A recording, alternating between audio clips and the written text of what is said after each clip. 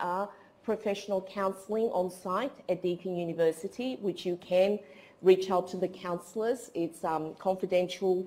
It is conducted with friendly counsellors. If you need anyone that are trained in counselling to support you through difficult times, do reach out to them. The unit chair, Professor Chatty, and myself, we are friendly staff. You know us very well.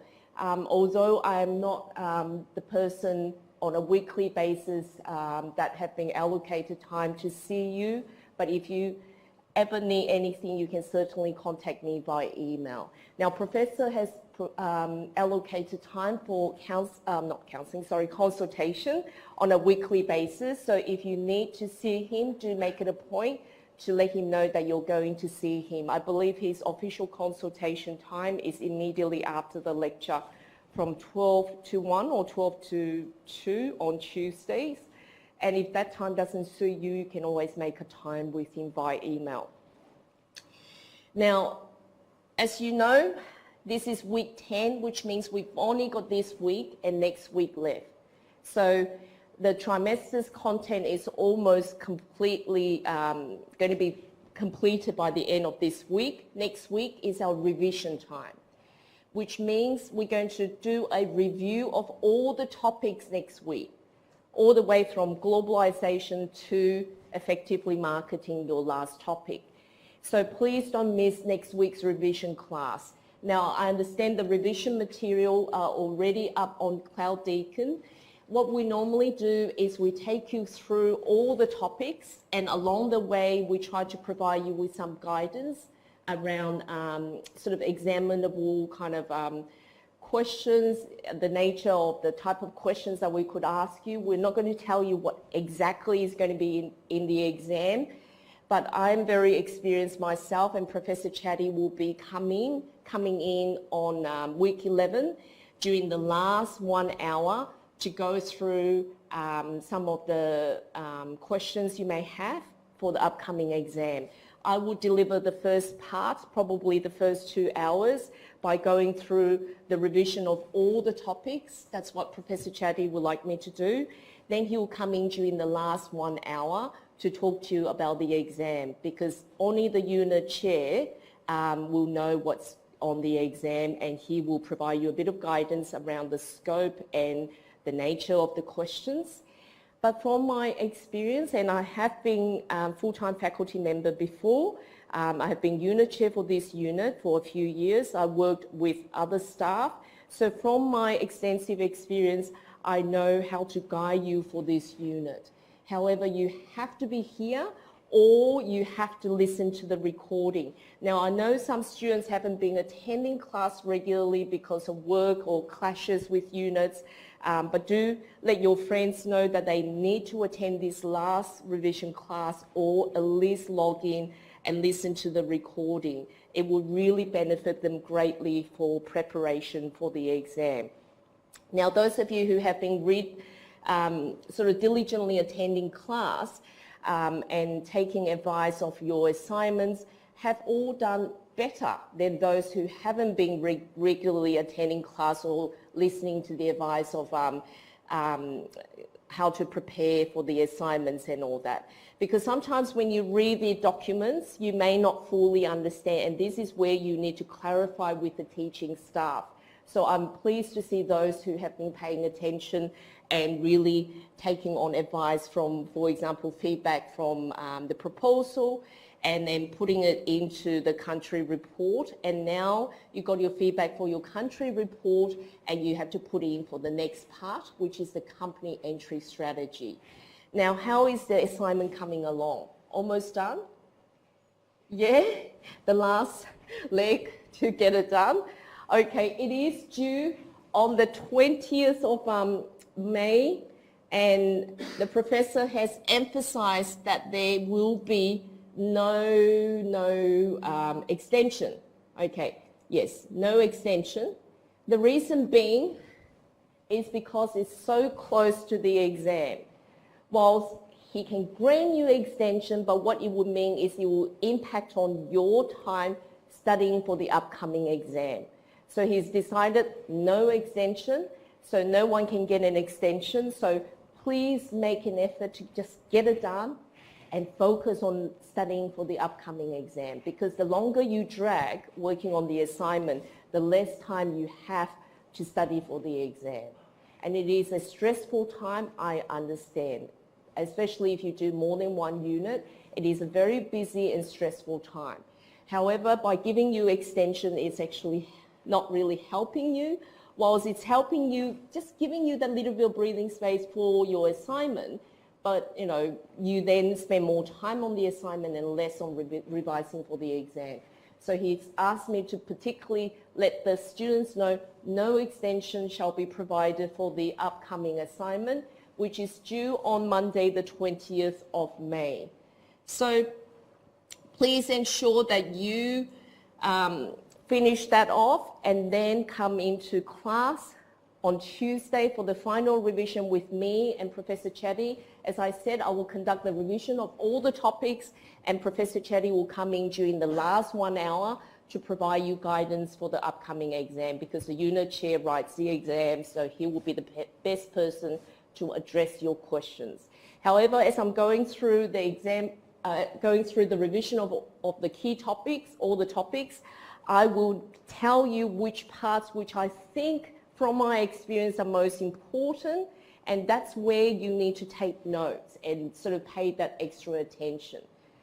I don't know what is in the exam, but my experience will inform me in terms of what are the examinable possible areas, the key areas. Now, all the topics are examinable, so therefore you need to start reading. Now, some students needed clear, in-depth understanding of the key concepts and topics, in which case I refer you to the textbook. Now, we all learn differently. Some students are happy with just the lecture notes. This trimester, the professor has emphasized the textbook in particular more than any other trimester, and I think it's a different style, and professor wants you to have an in-depth understanding, and so he often talk about the chapters, okay? Because each week there's often 1 or 2 chapters covered for each topic. My advice would be at least start with the lecture notes first, then go to the book and read the relevant chapters. There is a technique that you use. You don't just read from page 1 all the way to last page and then just try to read every single word. You first pick up a page, a topic, and you go through the opening case, you go through the introduction, and just have a quick look at all the different pages and the closing case, and then usually there's a summary at the end. Towards the end of the chapter, there's a bit of summary and critical thinking, so you should read the chapter summary. Okay. Then, of course, when you have time, you read it diligently, word for word. But if you're pushed for time, at least you read the beginning and the end, read the summary, and see if you understand the concepts. Then if there are key points that you don't understand, you refer to it specifically in the chapter, or you use the index pages to refer to, what is consumer-focused marketing or something like that, or what do they mean by supply chain solutions? What do they mean by value creation activities? Then you're able to then specifically read up on the key concepts. If you have been reading diligently throughout the trimester, then you are in a very good place. There's no nasty surprises for the exam. You will be fine. However, I don't know how good your memories are. Unless you have photographic memory, you still need to just review some of the concepts again. And this is the time where you start to gear up to do some revision. Don't leave it to the 3 days before the exam. It is not humanly possible to go through all the concepts. There should be a practice paper. Now, I can't know for sure. I can't remember for sure whether the professor has released a practice paper, but in the past, there's always a practice paper for you. So you should have a look at the practice paper. And yes, it is, okay. Preparation. Oh, wait a minute. Okay, this is just about the exam. Now, I will check with the professor whether there will be a practice paper, there's revision notes, and there's exam preparation. But what normally happens is that the unit chair determines how the unit should be done, should be delivered, and if not practice paper, the questions that he has been giving you on a weekly basis, you should have a look at them. Because every week I look at those questions and I think they could potentially be exam questions. Some of them are the section B, long answer, essay type exam questions. Some of them could be fitting for section A, short answer questions. So when you go through the topics, what you need to do is to be strategic and be smart. Students always study very hard, but sometimes you have to be strategic and smart as well. You need to think like the examiners, what could they ask me? Okay, the topic globalization, is it more a long answer type of question or a short answer type of question? The topic on culture, what can they ask me about culture? The determinants, the elements of culture, what makes culture? Religion, education, what determines culture? So that could be one potential short answer questions, or we could combine it and give you a scenario. So-and-so manager doing business in China, what is the best way to understand culture? And with reference to Hofstede's cultural dimensions model, discuss what influence culture, what are the elements of culture, and combine different sections to make it a long essay type question. So as you're going through the topics, you should have a bit of understanding and think like an examiner what type of questions they can ask me on.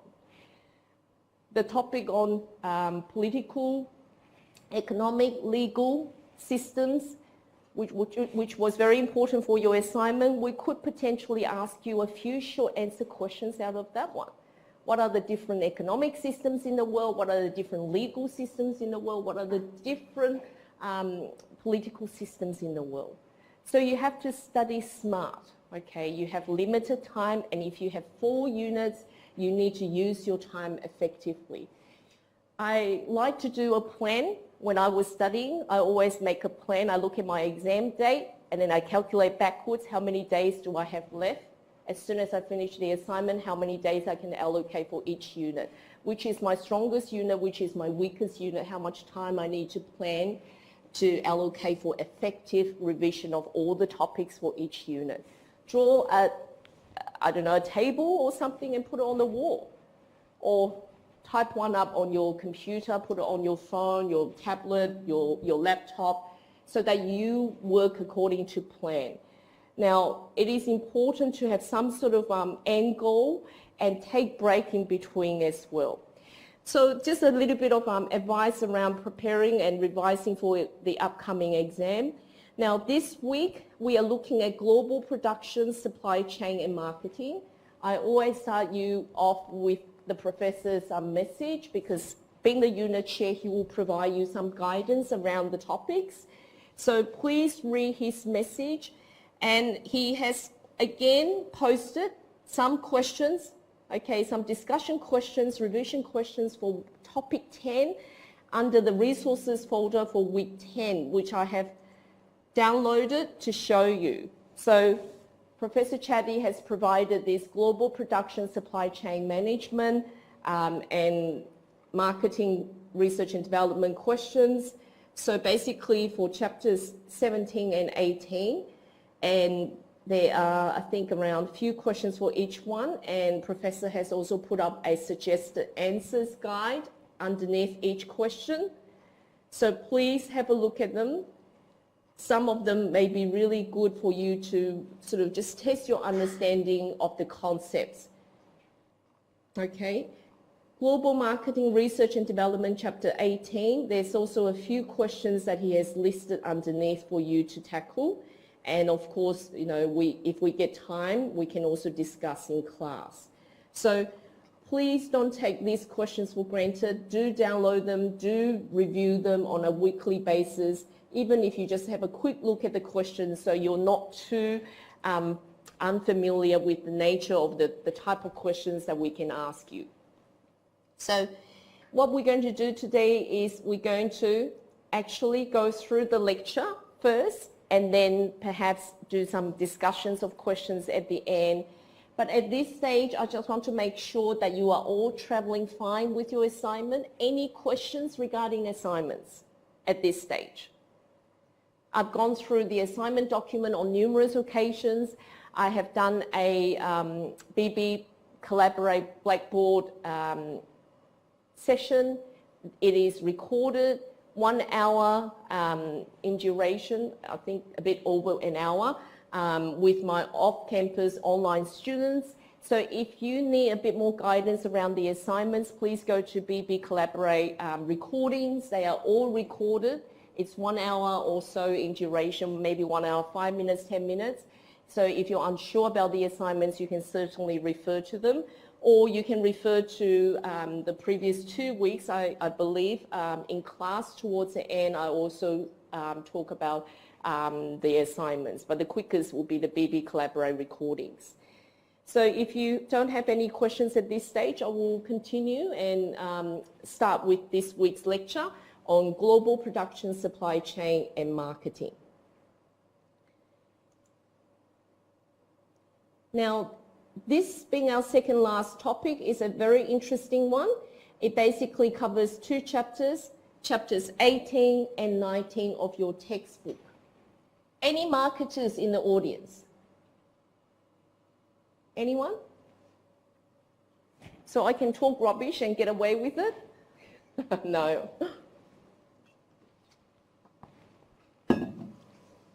Marketing. Marketing is a very, very important aspect and very, very important function, discipline, profession. We have a lot of good marketers in our marketing department. If you ask the marketers, they will say, without marketing, you have nothing. Okay, marketing is so important. Why? Let me tell you why. You can have the best products or services in the world, but if you don't know how to market, you will not sell.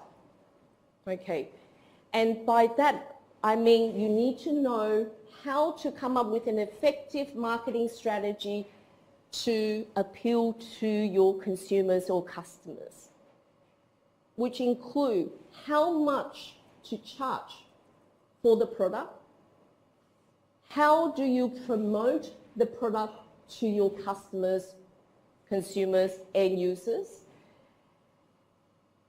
how do you distribute the product, taking into consideration where you're going to launch your product, okay? That's why you need to be clear in terms of the country's infrastructure, and in your country report, we ask you to look specifically at those country factors. So we need to know the marketing mix. Do you know about the marketing mix? So when I say marketing mix, what do you think of? 4 Ps? Which 4 Ps? Josh, which 4 Ps? Okay, Josh, I'll pass you the mic. Tell me about the 4 Ps. Price, place. I won't look at you, so place, price, promotion, and don't forget product. Oops, yep. Okay, so place stands for distribution, logistics, all that. Okay, so what about product? Can you just make any product? Technically you can, but the process of making a product is the bloody part. The actual logistics, like where you get the materials, the cost of having labor to do your product, including the marketing. Okay, that's very important. And once you have your product, you have to be able to somehow promote to your customers. Yep. So all that is what we call the marketing mix. So product, price, place, promotion. Place stands for distribution. Now, depending on which text you refer to, nowadays we go up to what they call extended marketing mix, 7 Ps. But just think of the traditional 4 Ps. Those are the most important ones. Thank you, Josh. So coming back to our product, we need to make sure that we have the right product, the product that the customers want, not the product that we want to make. And that's why this topic, we look at marketing and we also look at research and development. Now, any of you work in research and development before? Research and development department of companies? You know, research and development people are very specialized. Research and development, that's what they want to do, create something new, all right? So the researchers are so into research, but what are they going to make depends on the other marketing function to inform them in terms of what's latest in the trend. You know, the production people just want to produce. The research and development people, they just want to do research and develop. But then there's the other marketing functions that go out and find information, talk to customers, look at what's happening in the marketplace, look at the environment, what are the competition, what are the competitors doing, in order to inform us in terms of the type of products that we need to make. So marketing, research and development must have a good relationship. It must be able to work with each other to make the products that the consumers actually want. So marketing function identify the gaps in the markets so that new products can be developed by the research and development and can be produced by our production. If a company each work in their silos, the marketing function work on their own, they don't talk to the research and development people, the research and development people don't really talk to the production people, then we are each working in our silos, we are not working effectively as an organization. The marketing function need to identify the gaps in the marketplace, they need to know what is happening with the competitors, they need to then inform our research and development. They are using nanotechnology, they are doing this, they are using this material, and we can't just be using the old technology or using the old material. Research and development people are very good at research and developing products, new ideas, but they may not be good with controlling the budget, the cost. So they can create the best product in the world, but it will be so expensive that no one can afford it. So therefore, marketing, research and development, and production, they need to all work together with the rest of the organization to ensure that not only good and innovative, unique products are produced, and they are the ones that consumers actually want to buy and can afford to buy. And depending on which target market we are targeting, that we may have to make some customization to fit the needs and wants, or maybe technical standards or safety standards of that environment. Now, I want to ask you the concept about global marketing strategy, which is almost like the approach of one size fits all. So if you think about taking a global marketing approach, have you ever seen those commercials for shampoo? Even if you're in Asia, you're visiting, I love watching television advertisements. There's always like a blonde lady washing her hair in the shower and is speaking in local dialect. The commercial, you know, oh, she's lathering her hair, she's washing her hair, oh, buy Pantene, buy this, buy that, right?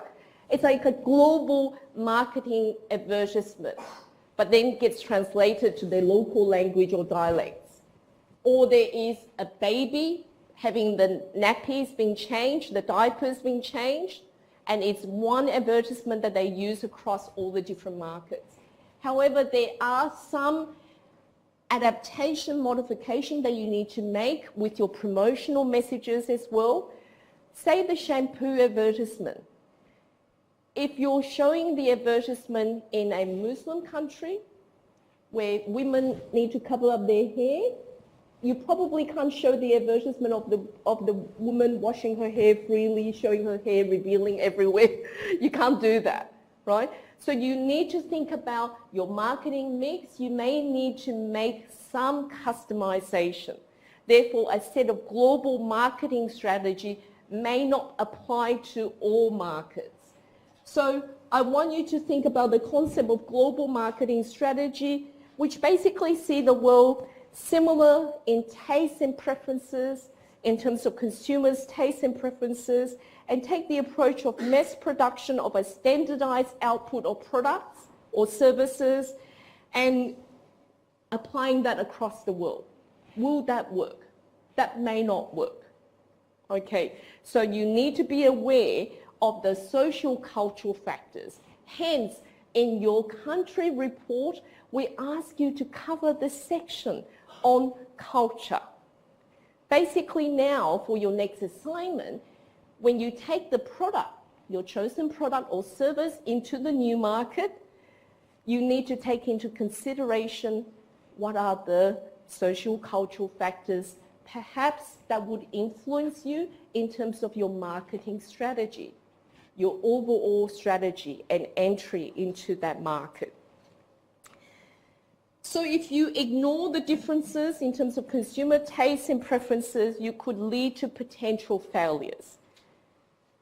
There are lots and lots of examples of international businesses making mistakes going into different markets, and then they learn from their mistake and then they improve. So international business and marketing needs to determine when products can be standardized or services can be standardized, and when products or services need to be customized. Okay? So that's the starting point. You need to have that in the back of your mind. So this was a case that we looked at previously. Admittedly, it's a little bit dated, but it still stands in terms of illustration about what companies need to do to change. So Levi Strauss, a manufacturer of blue jeans, changed its international marketing strategy to regain its competitiveness in the mid-2000s. Levi Strauss has watched its sales fall from $7.1 billion in 1996 to just $4 billion in 2004. Now, the firm has failed to keep up with challenges in the marketplace, particularly in the fashion world, and was said to be out of touch with its consumer base. It is said that a three-part turnaround strategy was implemented, and then basically the firm began to see a turnaround in terms of their business. So what they had to do is they take a three-step approach. So first step is Levi make cost reductions at the home market in US. So they moved productions offshore, and basically jeans were being manufactured cheaper overseas. Okay, so that's the first step. Step two, Levi blended the product line, broadened the product line, and basically look at what the domestic market needs and what the overseas market need. They introduced a signature brand that could be sold cheaper at a lower price outlet such as Walmart locally.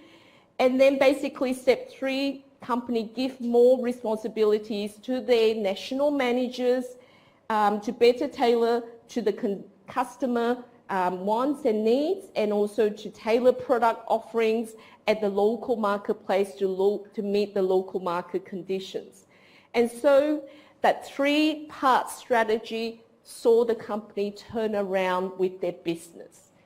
So that's why I say to you, and this is not one unit that just purely focus on strategy, but I have said to you in week 7, when I taught you the 4 basic strategies for businesses to internationalize into new markets.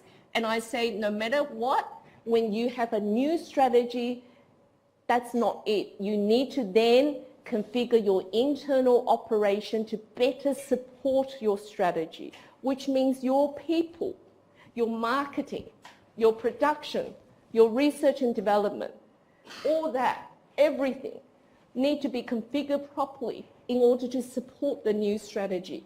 It's like the captain say, we're sailing over there, and everyone frantically making things work so that we can sail towards that direction. There's no point the CEO say, we want to become the next market leader, but you don't have the right people in the organization to support that vision. Your marketing company, division is not talking to your research and development division, is not talking to the production division. So you're making products that consumers don't want, that competitors already say old-fashioned, okay? Or you're making products that are too expensive, unique, innovative, beautiful, really creative products, but no one can afford. So you need to work with each other, configure the internal operation to support the overall strategy. So this first part, after you read the chapter 18, so we're doing it in back order, so reverse order, so we're covering chapter 18 first, looking at global marketing research and development. So after you read this chapter, you should be able to explain why it may make sense to vary the attributes of a product from country to country. Say if you are making some sort of food and beverages or pharmaceutical products, and you may need to add alcohol, okay, into the making of such products. If you want to export that into a Muslim country, chances are you need to make some changes because they don't allow alcohol content. Or if there's traces of pork, then you'll be in problem as well.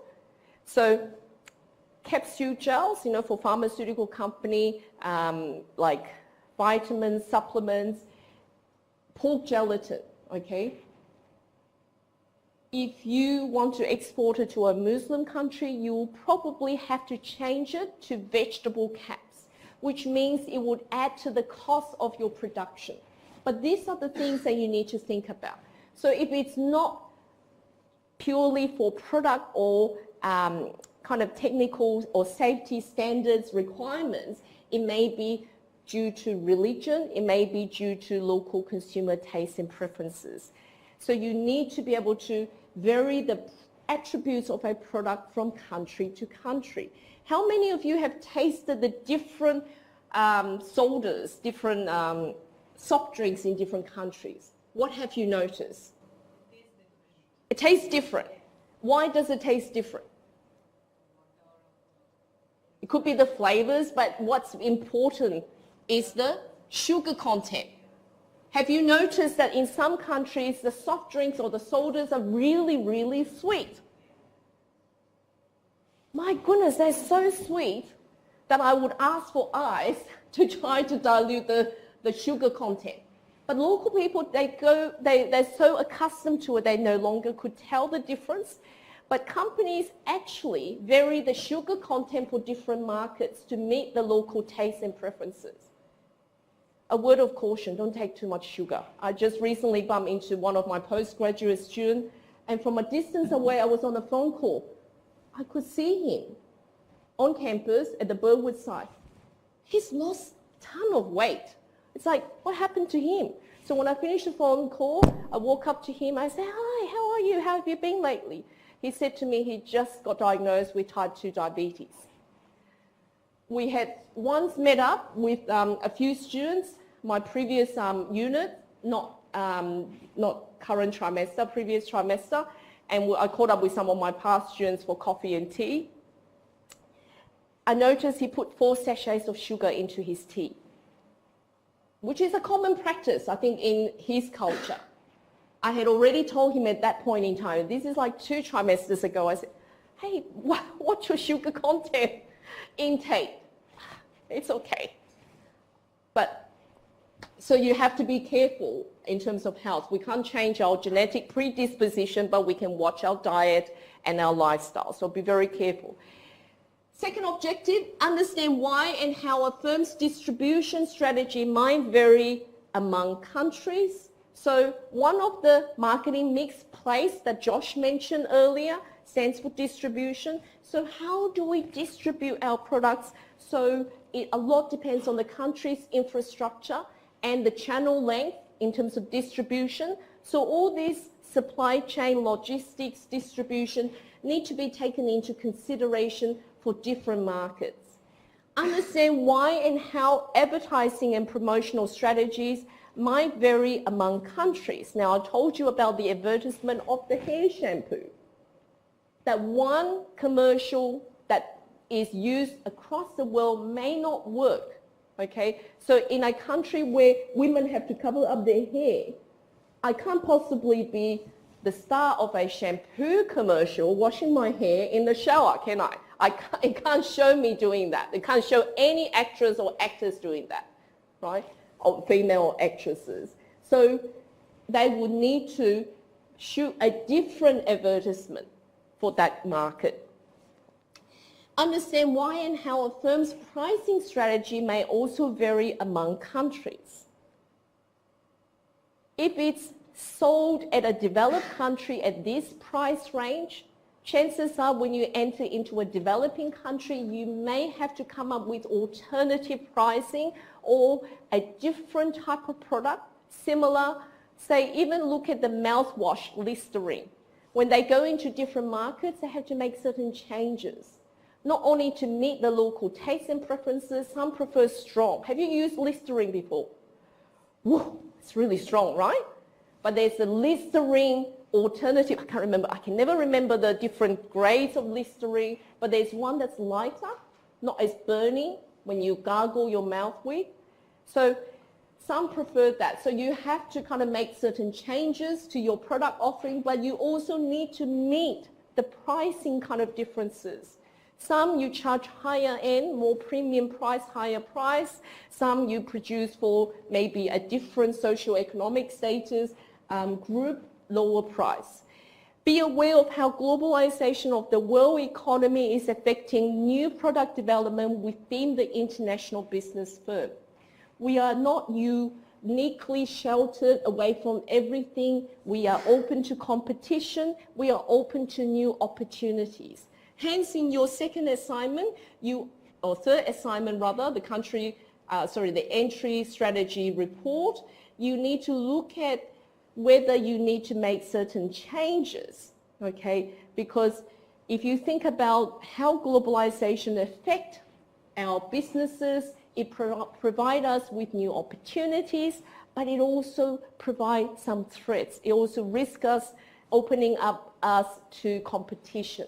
Hence, you have to do an industry analysis, competitor analysis, market analysis. You also need to do a SWOT analysis for your report. You need to know internally what are your key strengths and weaknesses. Externally, in the external environment, what are some of the opportunities and threats. So we talked about marketing mix. Josh and the others, everyone, talked about marketing mix. So marketing mix is the choices the firms offer to its targeted market, also known as the 4 Ps: product, place, promotion, price. The key debate here is how much do we standardize our marketing mix? How much do we customize the marketing mix in the grand scheme of our overall marketing strategy? So these are the things you need to think about. So the product attributes may actually vary depending on the market. We might have the core product, and then we may augment the product with something else. The distribution will depend on the infrastructure of the country as well. And the whole channel length is a long, it's a short. Communication strategy, there's a lot depending on, again, the country. Is there like a dominant religion that may actually influence the way you can promote certain products? Are there certain rules and regulations the government impose in terms of whether you can actually make comparisons between products? In some countries, it is not all right for you to compare product A to product B. You can only promote your product, but you can't make that kind of comparison. Pricing, you need to think about how you price your product. Nike can charge something like $2,000 for a new pair of self-lacing shoes because it is unique, it is new in the marketplace, so people will be interested to buy that type of product. So they can scheme the market with a very high price, something like $2,000, and consumers will buy it, right? But if you say Nike come up with an energy bar, muesli bar for sports, can they charge $20 per bar? No. Why?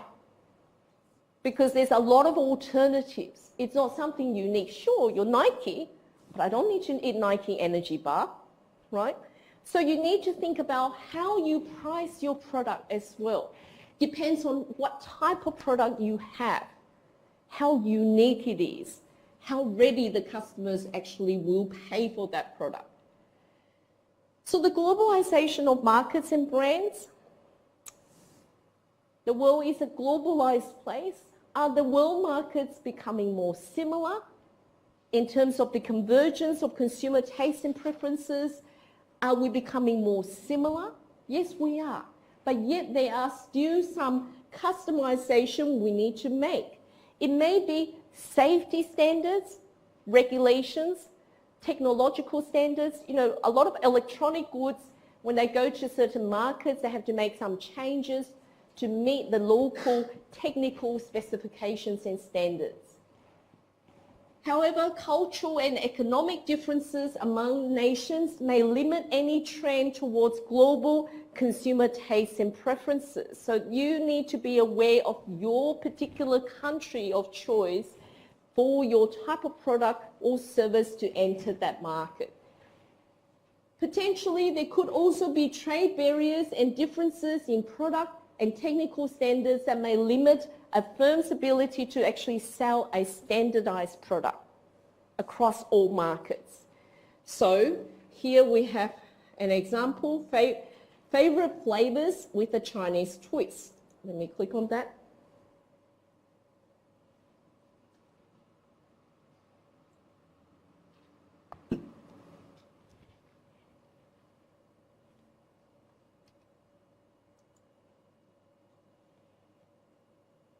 Okay, so do palettes stay the same around the world, or do palettes change around the world? So basically, in places like grocery stores in China, there may be blueberry flavored potato chips. It's like unthinkable, blueberry flavored, strawberry flavored or milk flavored Cheetos or aloe vera juice. So that may be unthinkable for a Western kind of market, tastes and preferences, but in China it may be perfectly acceptable. So grocery stores, for example, in Beijing are packed with labels that look similar and yet features different flavors. So Tropicana cantaloupe juice, orange flavored chips, Chinese herbal medicine, Wrigley gum, you know. To us, we think herbal chewing gum, you know, but then to them it's perfectly normal. Why not freshen your mouth, at the same time give you some herbal nourishment? It's like a win-win, isn't it? But for those of us who don't take Chinese herbal medicine, will be like, ew, what is that? What's this bitter, you know, chewing gum? What is all this about? So you need to think how you can actually utilize a set of global standardized approach in that market, whether you can actually get away with using the same set of product offering, marketing mix in that market, or whether you need to actually make some changes, some customization. So pay attention in the exam. Every year, there's always a question on marketing. We could ask you about a question around when do we customize, when do we standardize your marketing mix. Then basically we want to see students understand what is marketing mix. Tell me the 4 Ps, right? And talk about the concept of customization versus standardization. Now I've been giving you examples, the shampoo, the diapers, the electronic products, the different people working in different divisions, working in silos, not communicating with each other. So production, produce without being informed by the marketing team, without talking to the research and development people. All this is what goes into marketing. So The HD questions will provide not only the theory, but the application of theory. They will be able to explain it. They will be able to maybe even provide examples in the exam. So read the questions carefully in the exam. So when do we customize? When do we standardize? Very important question. Market segmentation, okay, involves identifying distinct groups of customers whose purchasing power differs from others in different ways. Now, markets can be segmented using geography, demographic details, social-cultural factors, and even psychological factors. Let's take Melbourne. If you're a car dealer, all right, you set up a car dealer in Brighton or Doncaster versus a car dealer in a more working suburb, maybe Collingwood, it will be, or Richmond, it may be very different in terms of how you sell cars and what type of cars that you sell. The prestige cars versus more the functional cars. Do you sell ute in Brighton, in Doncaster, or trucks? Or do you sell Mercedes-Benz, Audi, Land Rover, right? So you need to think about the subtle differences. And who do you appeal to, and why do you set up your business in that particular part of town? Whether it's rural areas versus more urban areas. Demographic details, the age group, marital status, educational background, and so on. You need to be able to know clearly who are your customers. You need to meaningfully segment your market. You can't say this whole population are my customers. And what would happen is you'll come up with a marketing strategy that will be ineffective because not everyone will buy your products. So you need to meaningfully segment the market using geography, demographic details, social cultural factors, and psychological kind of factors. Then once you have meaningfully segmented your market, you say, which is my target market?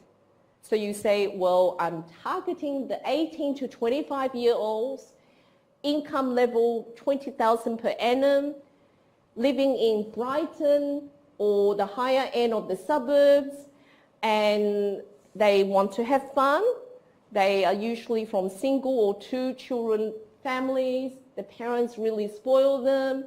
So these are my target market.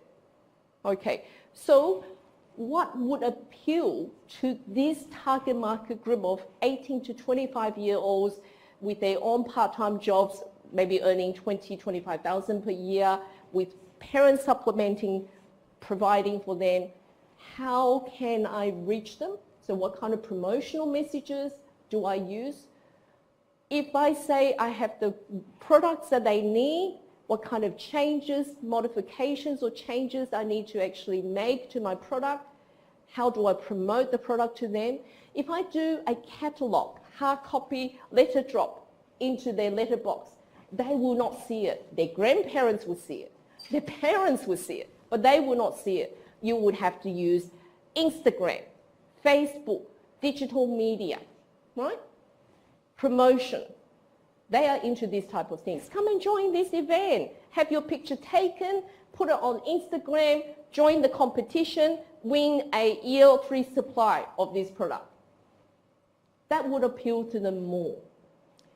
Price, you have to price it in a way that will meet their income bracket, that they can actually afford it. Product, you have to appeal to them. You don't make the products for their grandparents or their mothers and fathers. You make the product that's going to appeal to them. So you need to segment the market, then you need to target the market. Do you understand? So the first step is to look at this whole population and say, how do I segment this population? Based on gender, male, female, education, age, income level, urban versus rural, social cultural factors. You know, are they migrant family background? what are they, you know? What are some of the psychological factors that we need to take into consideration? And once we've done that, we then say, okay, we identify this group is our target market, 18 to 25-year-old, income level 20 or 25,000 per annum, university student or graduating in and already in the graduate program, all this. So you work out who are your target market and how can you meaningfully come up with a marketing strategy, tweaking your marketing mix, your 4 Ps, to actually cater for that particular group of market.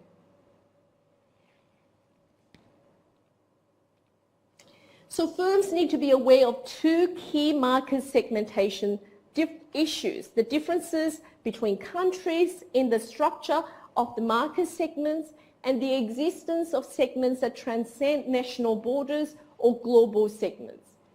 Sometimes we may have products that transcend national boundaries. Say, take some of the examples of, like, you know, smartphones, for example. Regardless of what type of, which country they go into, they usually have like a global kind of standardized approach because they have a unique type of product. But they may have the iPhone, I don't know, what are we up to now? iPhone, what? I've lost track. There's a different kind of categories. There's really premium end, and there's a more the kind of standard model end. Take cars, for example. You can have cars with our air conditioning, without power steering, you know, the manual power steering.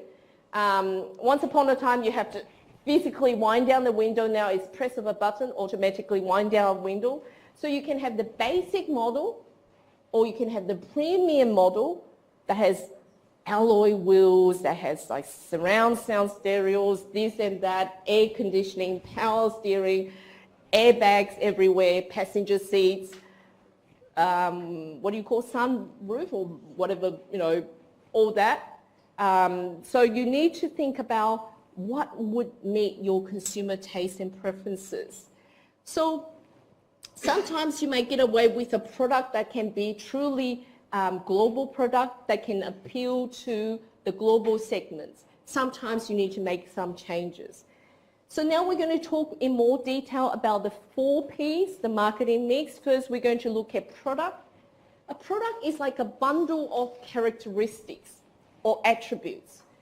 Essentially, you have the core benefits, and then you have the actual product or service and the augmented part. So you have a car. For me, the car is 4 wheels. I drive from point A to point B, right? But to others, it may mean prestige. It may mean social status. It may mean some sort of enjoyment. They actually have so much fun driving the car. For me, it just takes me from point A to point B. I top up the petrol, maybe regularly service it, wash it, and that's it. So you need to think about what are the bundle of attributes and what you actually need to make some changes to meet the consumer taste and preferences. When I was driving to a party, I wanted to drive in my big hot heel wedges, and Dad said, "Where do you think you're going with that? You can't drive with those high heels on." I said, "Yes, I can. I've done it before." I said, "No, you're going to take your runners and you're going to drive in them." So I grabbed my pink runners for my right foot and I drove with my wedges on my left foot, and I had to put petrol. I had to quickly swap over. So it's really good that I've got the shoe compartment.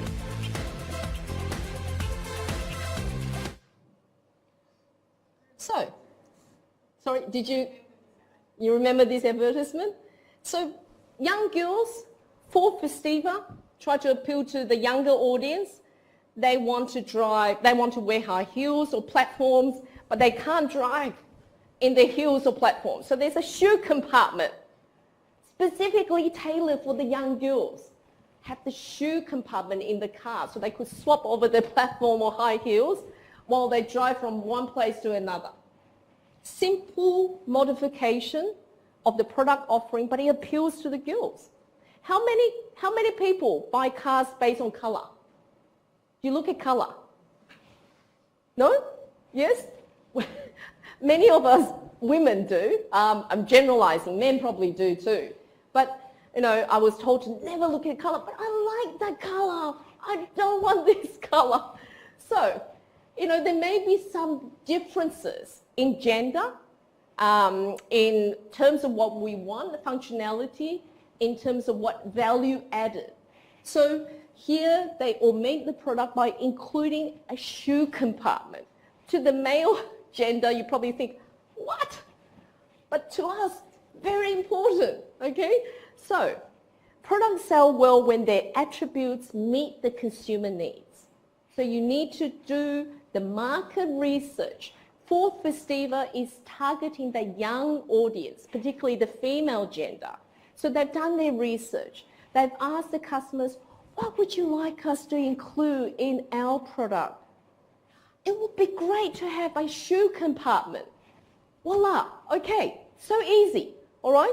So they just make that simple change, and who knows, it may increase this sale. So you need to make sure all the different marketing functions work together. They need to go out and do the market research. The market research has to inform the rest of the organization, particularly the research and development people, particularly the production people, to make the products that the customers actually want. It's not how much stronger the car can perform or how fuel efficient, but it's they want a shoe compartment. Well, give them a shoe compartment. Simple modification may actually sell them cars, targeting that group, because we're not targeting the middle-aged man who wants prestige or reliability or functionality. We're targeting the young 18 to 25-year-olds, as I mentioned with the previous example. So you need to look at how to segment the market and then how to target the market. You will know, because you will know how much market share you actually cover and whether your product actually sells. So if consumers' needs were the same everywhere, a firm could sell the same product worldwide, but consumers are not the same everywhere. So consumer needs do vary from country to country depending on culture and the level of economic development.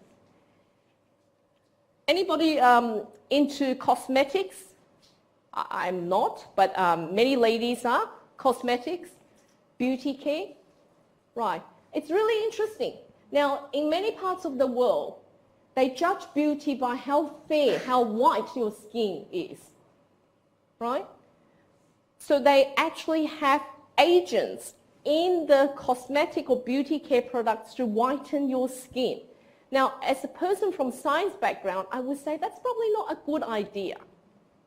If you think about what they actually have to put into the product to whiten your skin, yet that's a benchmark for beauty in some parts of the world. And if you say whitening, the products sell. If it's just general cosmetic, they don't sell.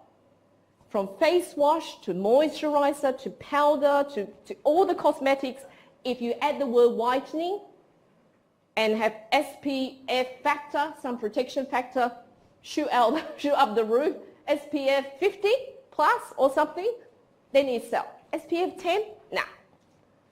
Right. So you need to see what the customers need. So here we have the 3 levels of product. We have the core benefit or service. We have the next level, which is the actual product or secondary service. And then we have the augmented product or augmented attributes. So in terms of a car, it may be the brand name, the quality, the different kind of styling, the features, whether it's got airbag, whether it's got power steering and so on. But the core benefit is a car, it's a vehicle, 4 wheels to take you from point A to point B. Then you need to look at the other augmented kind of attributes. Maybe there's an after-sales service, warranty, delivery and credit terms, and so on. So these are known as the 3 levels of product. So when you talk about product, you may want to actually go and talk about the 3 levels of products. And marketers choose what they do to each of these 3 levels of products to help to make their product offering different or service offering different. Now, all things equal, culture play a very important role. And that's why we studied the topic, I think topic 2 on culture. So countries differ along a range of cultural dimensions. It can be to do with our tradition. It can be to do with the social structure. Now, in some countries, there's very, very pronounced class or caste system, and that is something that we just have to accept and work around with. There's also long-standing tradition. Australia is a very young country, so it may be very different to a country that has long history of different dynasties. So when you think about culture, you may think of different things. We have a strong emphasis on the quality of life and living and freedom, sports, arts, all that. But in some countries, it is the dynasties, monarchy, and the religion and all that, the tradition, thousands of years old. Language. How many different languages in India? Not to mention the dialects. So if you think about the differences in these kind of cultural factors, you will very quickly realize that you will need to take all this into consideration in marketing. If you write a promotional message in English, but half of, or more than half of the population don't read English, then you are going to not do yourself a service. You need to actually translate into the local language or local dialects and think of ways that can actually work. You say, oh, I'm going to do digital marketing. I'm going to use social media. Very clever, isn't it? But you go into parts of Asia, say rural areas, they don't even have internet connection. Then you're going to be in trouble. So you may have to use some sort of signages, physical signages. You may actually hire cars that actually have signs that they just drive everywhere, that people to have that view of your brand or your products. So all that. You may have large packs of products, but people can't afford the large packs, so you may have to come up with smaller packs at much more affordable prices to meet the local needs. Education level. What appealed to an educated person like yourself may not appeal to, say, the local farmers, the rural area folks. So you need to think about the differences in education level as well. So whilst there's some cultural convergence among the nations, Levitt's vision of global markets is still a long way off. Now, a while ago, we did post a reading by Theodore Levitt in Harvard Business Review. I think it's a May-June edition, 1983, which is, I checked in the resources folder, it's not there anymore. It is a bit dated, but it's an interesting read, The Globalization of Markets. You may want to read up and look up that reference. In terms of economic development, now consumer behavior is influenced by economic development of a country. So consumers in highly developed countries tend to demand extra performance attributes in their products. So prices are not a factor. They don't really care as much about the prices, but they want to see, what can you offer me in this product? Whereas consumers in less developed countries value the basic features as more important. How many horsepower? How strong is this vehicle? Can I pull some load at the back? Is there a toolbar? There may be the functionality focus. So consumers may focus on different product attributes. Cars may not have air conditioning, power steering, power windows, radio, CD players, or even the navigation system, because it doesn't even work there. So why do I have a navigation system? Product reliability is most important in that part of the world. So have you heard about the Tata Nano? Yeah? How much do they cost roughly? Something like $2.5 grand. Is it a very safe car? No. So it's a simple, small car that's made for maybe targeting people from lower socioeconomic background, but nonetheless they can then afford a car, right? So you need to think about the purpose of your product. Who are you actually selling to? So if you try to target this to an audience, say in Brighton, Toorak, no one will buy it. They won't buy it for their children, right? But you need to find the right place. So certain products may meet specific customer groups. So it may be people who can't otherwise afford the car, or new graduates in some parts of the world that can comfortably afford a car, but it's maybe for inner city, small street driving, not for like long distance driving. Product and technical standards. Now, each country have their own kind of rules and regulations, so government standards can rule out mass production and marketing for a standardized product. We may say we want to just make this product and it's the best product and I'll just sell this product everywhere in the world. Well, sorry, you may have to make some changes because there's specific technical standards that might constrain the globalization of markets. And so it may be different television signal frequencies once upon a time.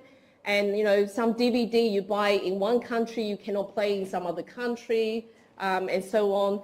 Different power sources, you have to use adapters when you're traveling. So Levitt's notion of global markets does not really allow for the national differences in product and technological standards that force firms to customize their marketing mix. So firms have to then take that into consideration, and that's why your country report is important, so that you have a comprehensive overview of your country factors of your chosen market. Now, some students come to me and say, in my group, you know, some of us got high distinctions, some of us got distinctions, and maybe one person got a pass. So do we then take the grade as consideration and use the country that got the high distinction in their country report?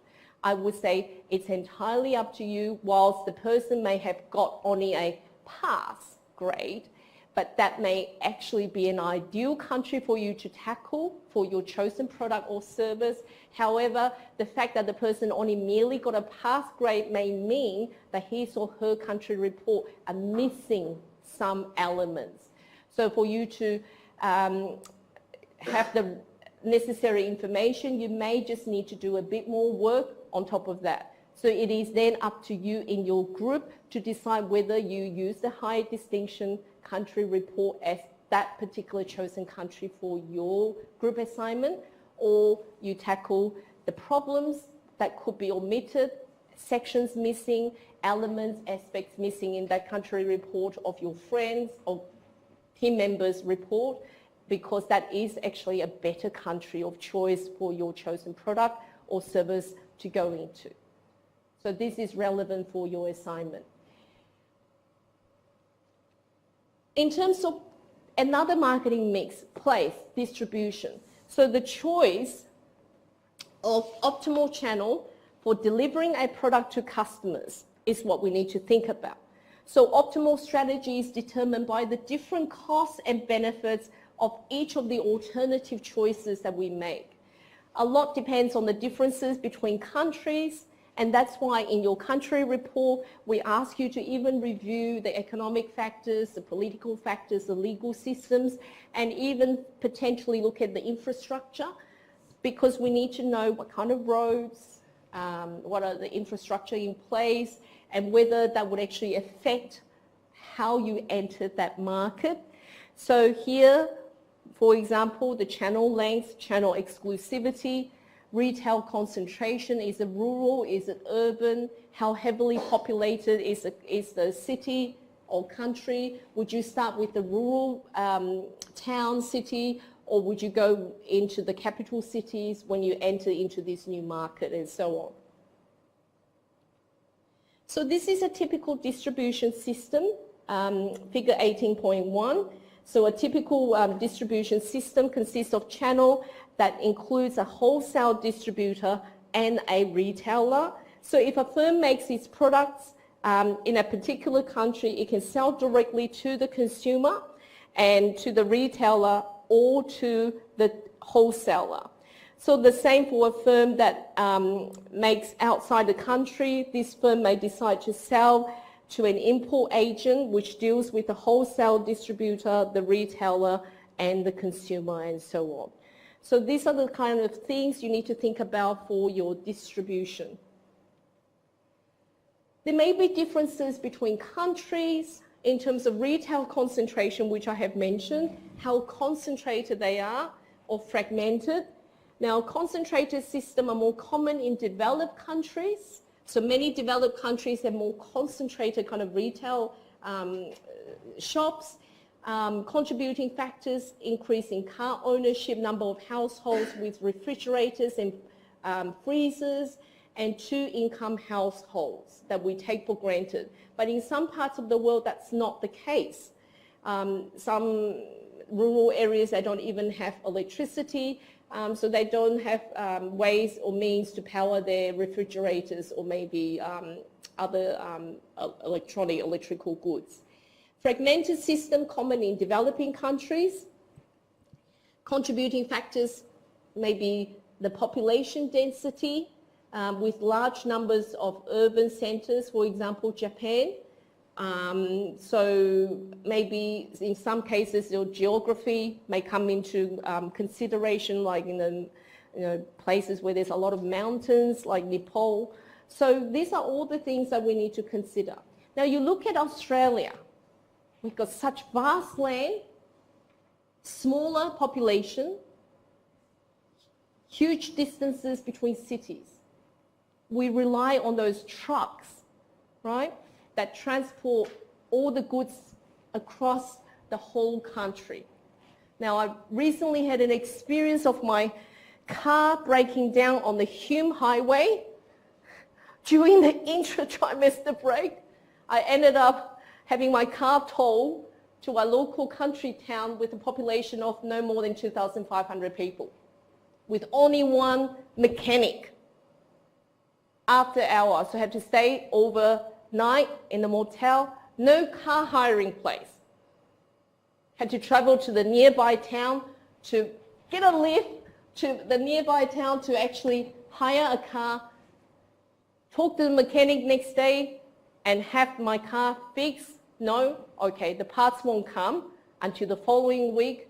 Drive back with a rental car. There's a catch. Rental car calculate kilometers. Every day 200 kilometer allowance. All right, 5 hours drive from the town, 6 hours drive back to Melbourne. So you add up the cost. And then not to mention to repair the car. Lessons learned. Don't use your old family car to drive long distance. Over this long distance, or something will happen, right? So a lot depends on the local markets. So the challenge for Australia is the small population and the vast land, the distance between. Now, when my car broke down on the Hume Highway, it was a really scary experience. Thank God for RACV. I crossed the border to New South Wales already. They put me in touch with NRMA. It was very, very good. All the years of membership, I am grateful. But I never used them, and just this one experience, I will continue to be their lifelong members. Very, very good service indeed. I saw so many trucks on the Hume Highway transporting goods to and from Melbourne to Sydney to different towns, which we take for granted. We go into a supermarket, we get our milk, we get our supplies. We don't even know how a bottle of milk from, say, New South Wales end up here. It gets transported by the trucks. Okay, so you have to think about the retail concentration. Some parts of the world, the market retail system is very different. Now, I've never been to India myself, One day I'll definitely visit. I've got so many students who have always invited me to go and visit their hometown. And I said, one day I will get around to travel to India. My colleague, Dr. Jane Menzies, have been to India many times and she really loved it. Professor Chatty, of course. So it depends on the market. Some markets may be concentrated, others more fragmented. So your retail concentration play a very important role. Channel length refers to the number of intermediaries between the producer to the consumer. Okay? When the producer sells directly to the consumer, it is said the channel length is short. But when the producer sells to an import agent, a wholesaler, and then a retailer, you would say the channel length is longer. So countries with fragmented retail systems tend to have longer channel length, while countries with more concentrated systems tend to have shorter channel length. The internet is helping businesses to shorten the channel length as the emergence of very large retailers like Walmart and Tesco. But we need to be aware of the implications of the channel length, short versus long. So countries with fragmented retail system tend to have longer distribution channel length. Countries with concentrated systems tend to have shorter channel length. We also need to consider how exclusive the distribution channels are. In some parts of the world, there's exclusivity. The relationship is decades old, family type kind of business, and it is very hard for outsiders to break in. So very exclusive system, new firms would be almost impossible to get in and have a shelf space as compared to an established firm. So then you have to think about how else can I get my products to the customers in Japan, right? Now, the professor mentioned a case of a student wanting to set up florist business previously in his talks, and I think the lady wanted to set up in China, but then she was concerned about internet connectivity, whereas that's vital for her type of florist type of business. So you need to think about all these country factors, how it would impact on your marketing mix. Differences between countries in terms of channel quality refers to the expertise, the competencies and skills of established retailers in that nation and their ability to sell and support products of international firms. So this is all the work that you need to do prior to entering the marketplace. You need to do your research in terms of what type of retailers do you have there, and what type of channel kind of quality. So the quality of retailers is good in most developed countries.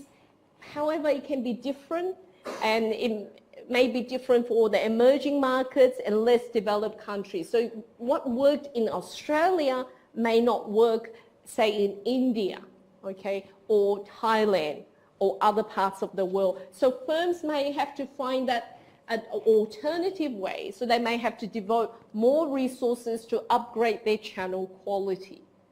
So there's no point just having the really good products, but you can't get your products to your customers. How do you get your products to your customers? So this is something you need to think about. So in terms of logistics, send a truck there. Well, you can't even drive through the streets, right? Delivery van. So maybe something manual. So you need to work with the locals to see what works for that local marketplace. So maybe even delivering by man-push bamboo carts. So these are all very real situations. So in terms of distribution strategy, it determines which channel the firms will use to reach your potential consumers. The optimal strategy, so the best strategy, depends on the costs and benefits. So you have to weigh it out. How much would it cost me? Of course, the quickest way is air freight, from delivering from Australia to another country. But it will cost you. The customers will be unwilling to pay. Are you willing to bear the cost? So you need to take all this into consideration. Amazon used drones, right? So you might think, oh, I'm not comfortable with that. But that may be really important in some parts of the, say, rural Australia, where it's not accessible, or maybe emergency medicine or supplies. You use drones to airlift to get to that place. So you may have to think about otherwise not able to reach the potential customers. There's no roads. Talking about roads, I was driving on dirt tracks at one point, pitch black, dark, and all I could see was just my headlight shining the road. And if I look at the rear mirror, it's just black. It's a really scary experience. Talking about going to the countryside, you may really enjoy it, but until you're stranded on a highway and having to drive back in the dark is actually quite scary. So the critical link between channel length and the firm's profit margin is something we need to think about. When price is important, shorter channel is better. Long channel is preferred when retail sector is very fragmented and can offer access to exclusive channels. So you need to think about all this for your distribution. Now, promotion, another marketing mix. How do we effectively communicate our product attributes to our prospective customers is a critical element in the marketing mix. You can have the best products in the world, but they don't know. They actually don't know you have the best products. Well, we make the best products in this line of the industry. But guess what? The customers don't even know you're there, right? I also teach previous trimester strategic brand management in the postgraduate, in the marketing course. Branding is very important. You can have the best products, but then people don't know about it. So branding is also very important, a way for customers to feel reassured that they are buying good quality products because your brand has been established for a long time and so on. But in this instance, we're talking about promotion.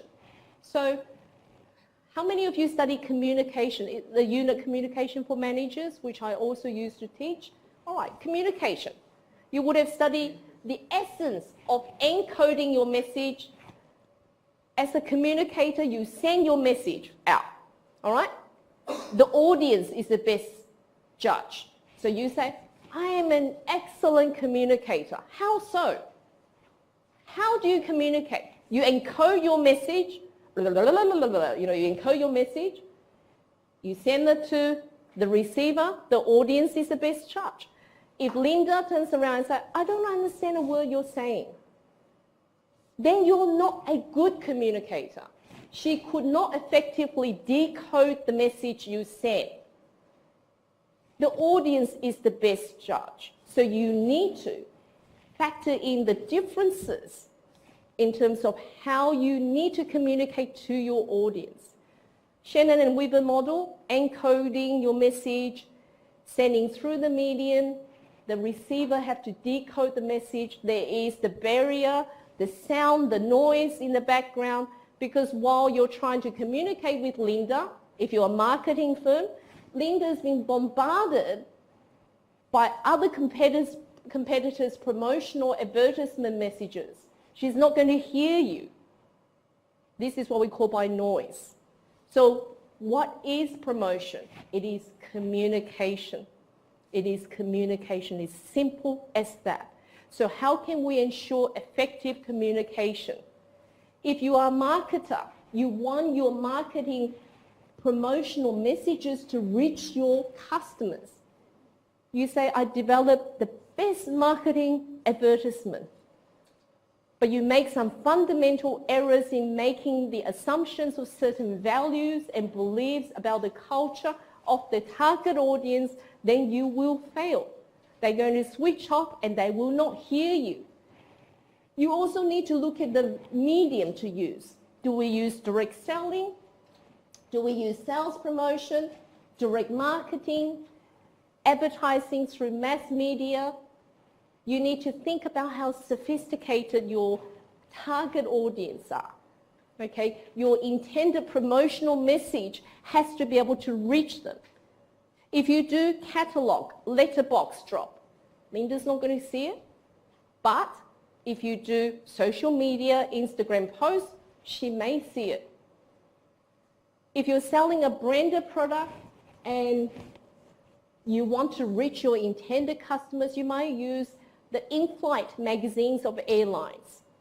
Okay, so you need to think about how do you reach your customers. Direct selling, sales promotion, direct marketing, advertising, how do we get to our customers? There are barriers because while you're trying to communicate with your customers, your competitors are also trying to communicate with your customers. International communication occurs whenever a firm uses marketing message to sell its products or service in another country. The example I gave you about the hair shampoo. If a country prohibits women showing their hair, well, I am not going to be successful if I devise up a marketing promotional campaign showing a TV advertisement of the female freely washing her hair in her shower. It's not going to appeal to that particular audience. If I have billboards of women showing their hair set up in Malaysia, for example, or Indonesia, it may not work. So instead, you have to try to meet the local tastes and preferences and in terms of maybe even their religious beliefs and all that. The effectiveness of the firm's international communication can be jeopardized by cultural barriers, their cultural beliefs, their values. The source and country of origin effects. When you think of, ladies in the audience, when you think of perfume, fragrances, which country do you think of? Huh? France, okay. Chocolate. Sweets. Yeah, okay. Or Brazil, Belgian chocolate. Cars. German-made cars. Watches. Sweets. Okay. Wines. Italy, okay. France, again, all right. Australia makes really good wine. Really, we make beautiful wine. You ought to try them. Yet people automatically say France or Italy. Fashion. Paris, Milan, okay. So France, Italy. Why do we do that? The country of origin. We are biased, aren't we? Right? So cars, if you can afford it, you want to buy German-made cars because they are more prestigious, they are more reliable, they have got safety standards and so on. So there's a source and country of origin effects. Once upon a time, people look at Japanese-made goods and they say, oh, inferior products. But nowadays, Japan, Korea, electronics, good, isn't it? Telecommunication, see how it has changed so much. The noise level, it's like this. You want to communicate. You think you're a very good communicator. So I'm trying to reach Nino. Hi, Nino, how are you? But Nino may not hear me because someone is talking to Nino. So while you're promoting your product or service to your customers, the competitors are also doing the same. So there's noise in the background, right? So you are not going to be effective unless you can really target your customers in a meaningful way that she or he can hear you and receptive to your promotional messages. The United Colors of Benetton. They have a lot of kind of advertisements, promotional efforts that make you think. Some people like them, some people don't like them. Bit controversial. You know, you may feel uncomfortable or it may be thought-provoking. But maybe that's designed that way, to make you think. More on Barriers to international communication. Now, in terms of cultural barriers, it can be difficult to communicate messages across cultures, even difficult within cultures, but even more across cultures. A message that means one thing in one country may mean something totally different. So when you translate your message, make sure you back translate. Otherwise, you may create a lot of headaches later on. So to overcome cultural barriers, firms need to develop cross-cultural literacy and use local input when developing marketing messages. There's no point just the headquarter in US come up with the marketing strategy, the marketing promotional message, not taking into consideration the local tastes and preferences. They use the US, American actors and actresses in the TV advertisements, but maybe it just doesn't appeal to the local customers. So maybe they have to use the local actors and actresses and have the local setting that's fitting for the local cultural kind of preferences and tastes. Source of and country of origin effects. So source effects occurs when the receiver of the message evaluates the message on the basis of status or image of the sender. We use celebrities, don't we? If so-and-so use this product, must be good. They endorse your product. That's why marketing companies, they spend so much money to get endorsement from celebrities. Firms can, or ambassadors to represent their brand. Okay, so if so-and-so sports person is wearing this brand of watch, then that must be good. Or if George Clooney is wearing, what is he wearing? Omega or Rolex, one of those. Anyway, it must be good. It's like, you know, well, so there's that kind of effect. Country of origin effects refer to the extent to which the place of manufacturing influences the product evaluations. So when you think made in China, at this stage you might think cheaper type of products, affordable, basic functionality. But if you say made in Germany, cars, you say, oh, good. There's reliability, there's safety standards, there's prestige and all that. So there's a country of origin effects. French wines must be good, but they have pretty rubbish wines as well. There's a good end of wine and there's a not so good end of wine. Australia makes beautiful wine. Right? I'm constantly learning. People are always teaching me about wine, and I'm not a drinker. Half a glass, my face goes red, so I'm not a drinker. But we have beautiful Australian-made wine. If you say wine made in India, people may, yeah, but there may be good wine made in India, right? But tea, maybe tea, you know. So there may be things that each we associate with a country of origin. So even, say, TV monitors, we might say, oh, Sony, Japan made, okay. Hisense, I think China, am I right? Yes. Sonic is Australian retail? Yeah. So it may be that country of origin. So we need to ensure that if our country of origin is less favorable, what can we do to overcome that? How can we change consumer perception? Or could we utilize that and leverage off that on a different angle? Kentucky Fried Chicken or KFC. I was talking to some primary school kids. They say KFC stands for Kids Fattening Centers. They know that it's unhealthy, but they like it.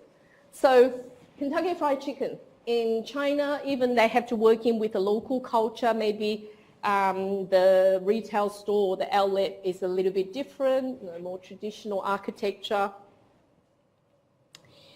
Now, we talk about communication. Promotion is effectively communication. How do we promote our product to our customers? There is a difference between customers and end users. What are the difference? Do you know the difference? Okay, people that spend the money are the customers. End users are the people that use. So toys, for example, right? We sell toys, but who buy the toys? Adults buy the toys. but the children are the end users.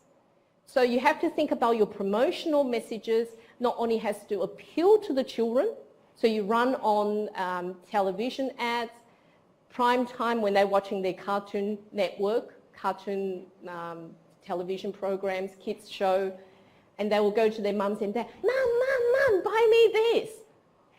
Aunt Ruby, buy me this. Yes, so the customers will then buy the products for the end users, the children who don't have means to buy the products, but they know to target the adults. But then you run the promotional advertisements to appeal to the children. However, the packaging has to also appeal to the adult, right? It has to look safe. There has to be warning labels, not to be given to children under the age of 5. Small parts, if swallow can choke, choking hazard, for example. All right. So you need to ensure you differentiate the end user versus customers. How do you reach customers? And not to mention the noise in the background. So noise refers to the amount of other messages competing for a potential consumer's attention. In highly developed countries, the noise is very high because there's a lot of competition. In developing countries, noise tends to be lower, but not necessarily always the case. There may be other competitors doing the same. So firms have to choose between the two types of communication messages. One we call the push, the other one we call the pull. Push generally emphasizes more personal selling. Pull strategy emphasizes mass media advertising, like television ads and so on. Every so often, we do ask you a question in the exam. In the short answer questions, what is the push and the pull strategy? Okay, so make sure you learn all these key concepts. The choice between strategies depend upon the product type and the consumer sophistication, not to mention how long our channel is, our distribution channel, and the media availability. You can come up with the best kind of promotional advertisement, but they don't even have televisions, then that's going to be trouble. So you may have to come up with alternative posters that gets put on the wall of the local town grocery store or signages, for example. So you need to think about all these challenges that you have to overcome. In terms of more on push and pull strategies, we need to think about product type and consumer sophistication. So firms in consumer goods industry that are trying to sell to large market segment usually would use a pull strategy because it's more logical that way. Now, firms sell industrial products typically prefer a push strategy. There are exceptions as well.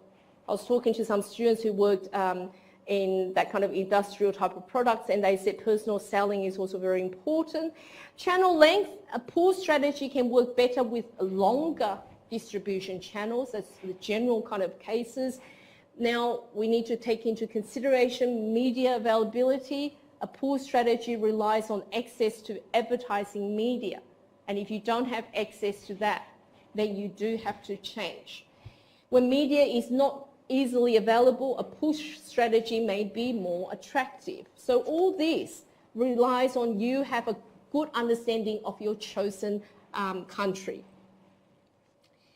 So in general, a push strategy is better for industrial products. So you may want to read up on page 533 of your textbook of the 12th edition. The 11th edition, probably similar around there. When distribution channels are short or when few print or electronic media are available. Now, on the other hand, the pull strategy is better for consumer goods and products when distribution channels are longer and where there's sufficient print and electronic media available to carry out the intended marketing message. So every market is different. What works in Australia for your company XYZ or company ABC will be different now that you're going into another market. So you need to take that into consideration. Now, we talked about globalization, and we talked about having a global set of our marketing mix or marketing efforts. We now also need to think about standardizing or customization. So standardizing advertising worldwide has both pros and cons. If we use the same set of advertisements worldwide, it may not appeal to the local tastes and preferences, because there are differences in culture, religion, and also in terms of what they deem as attractive, what they deem as useful, and the local tastes and preferences may be very different.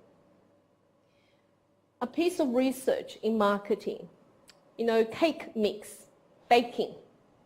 Anyone make cake? Do you bake from scratch? Sometimes. Anyone else? The gents, do you make cake? Josh make cake? No. All right. So occasionally I bake. Occasionally, no time at the moment. But there's two types. You can bake from scratch using flour, wheat flour, butter, egg, all the different ingredients, and you make yourself. And you put it into the oven and you bake from scratch. There's also the type that you cheat a little bit. You go to the supermarkets, you buy the cake mix, and then you just act very clever when your guests compliment you on, oh, this chocolate cake is so moist. Oh, thank you. Yes, my own recipe, right? No, I tell them it's a cake mix. I really have no time to bake from scratch. So the cake mix, pre-packaged, everything is in there, instructions, add water, mix, put into the oven.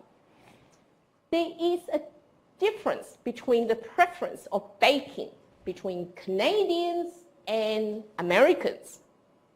Did you know that there's some research showing that Canadians actually prefer to bake from scratch? In my teaching of strategic brand management, we were talking about this and marketing insights in the undergraduates. Some people prefer to bake from scratch. Others prefer convenience because they have no time, they have busy lifestyle. So the Americans like cake mix. So if you are a brand of cake mix, you are very successful in the US market.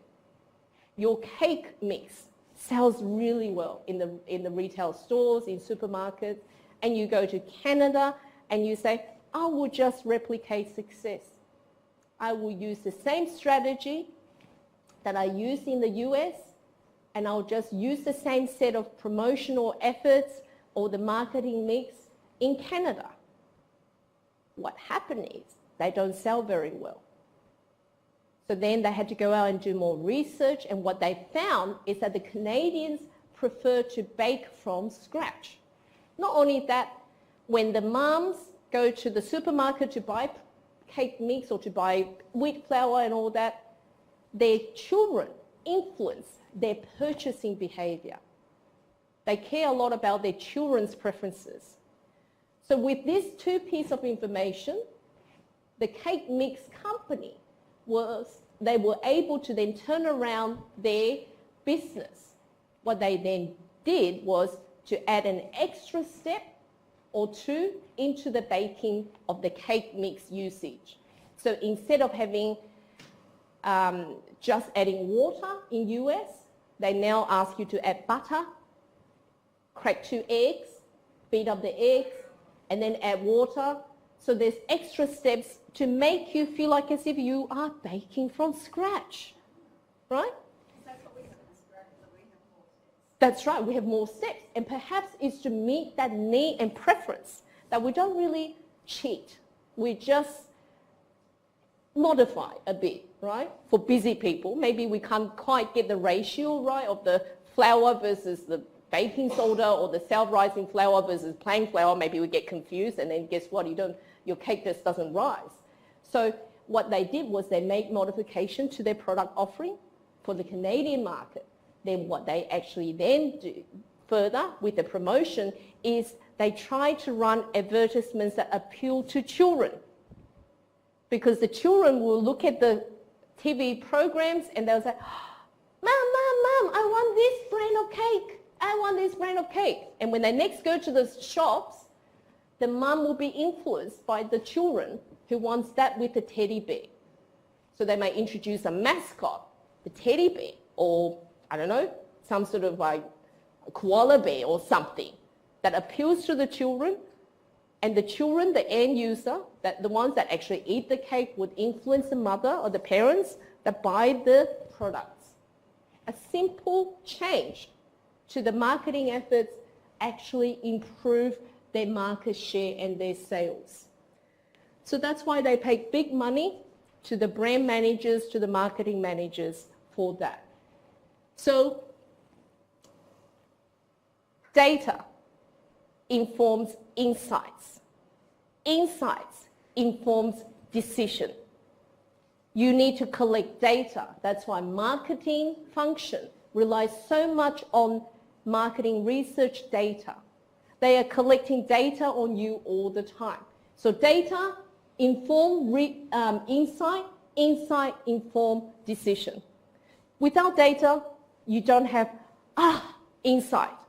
You go and collect information, you found out that the customers prefer to bake from scratch. The customers in Canada listen to their children. That's data.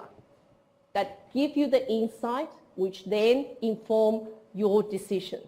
Then you make changes with your marketing mix and your marketing strategy. So, standardized advertising makes sense when there's significant economic advantages, creative talent is scarce in some parts of the world, and so you make that one huge effort to develop a campaign which will be more successful than numerous smaller efforts. Brand names, some brand names are global. All right. Men, shaving, which brand? Gillette, right? Everybody knows Gillette. Even I know Gillette. So even kids know Gillette.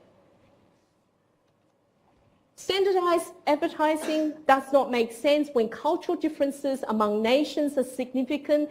Country differences in advertising regulations actually block the implementation of standardized advertising. So firms are trying different tactics to capture the benefits of global standardization while responding to individual cultural and legal environments. Some features of a campaign are standardized while others are customized to local markets. You need to take all the differences into consideration. I will finish the first marketing part and I'll give you a quick break. Pricing is something we need to think about. We may have the best products in the world, but if we price it incorrectly, no one's going to buy it. So international pricing strategy, international pricing is an important element of your overall marketing mix.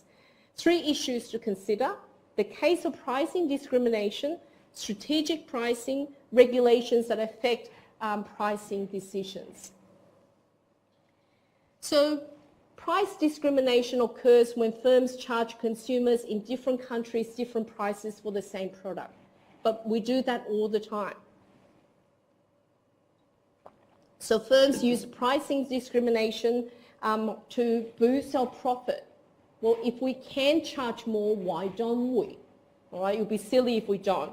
So for pricing discrimination to work, firms must keep up with the national markets, keep them separate. Different price elasticities of demand must exist in different countries. So here we talk about the pricing elasticities of demand is a measure of the responsiveness of demand of a product to changes in price. So when small change in price results in a huge change in demand, it is said the demand is elastic. So a bit of economics here. When a large change in price produces only a small change in demand, it is said that demand is inelastic. So income level and competitive conditions are the key factors to consider. Price elasticities are usually greater in countries where lower income levels exist and larger number of competitors. So here we can see the elastic and inelastic demand curves. So you have the first curve, inelastic demand, the second one, elastic demand. So small price change produce a large increase in demand is said to be elastic. Large change in price produce small change in demand is said to be inelastic. So in terms of strategic pricing, we need to consider three core aspects: predatory, multi-point, and experience curve pricing. Now, in terms of predatory, involve using the profits that we gained in one market to support the aggressive pricing designed to drive competitors out of another market. You sometimes go to supermarkets. You want to buy a bottle of orange juice. There's a new brand. Almost inevitably, all the other brands will go on sale at the same time, right? It's almost to drive them out of market. But in Australia, we have ACCC to ensure there's fair competition. They can't be too aggressive, too, bad in behavior. So after competitors have left, the firm would then now have monopoly, and they can then charge you whatever price they want to charge you. Multi-point pricing refers to the fact that firms' pricing strategy in one market may have the impact on rivals' pricing in another market. So whatever you do, your competitors are watching you. So if you go on sale, they are also going to go on sale. You discount, they will discount. Aggressive pricing in one market may elicit competitive response from a rival in another critical market. So how deep is your pocket? You have to consider that as well. For managers, it is important to centrally monitor the pricing decisions around the world. Aggressive pricing in one market may actually elicit response from rivals in another market. It's inevitable. We have to learn from our experience. So experience curve pricing, firms that are further along the experience curve have cost advantage relative to firms further up the curve. So we need to take all the learnings from different parts of the organization. Firms pursuing an experience curve pricing strategy price low worldwide in an attempt to build global sales volume as rapidly as possible, even if this means taking large losses initially. So can you sustain that?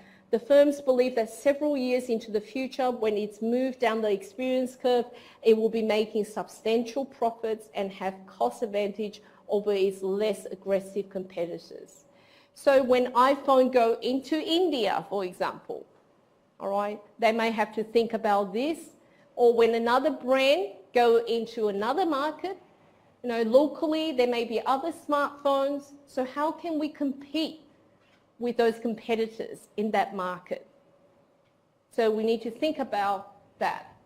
They may wish to replicate the success that they have in China, but they have to realize the Indian market has its own uniqueness, and it may be different to the Chinese market. They can't do exactly based on their success and their experience in China.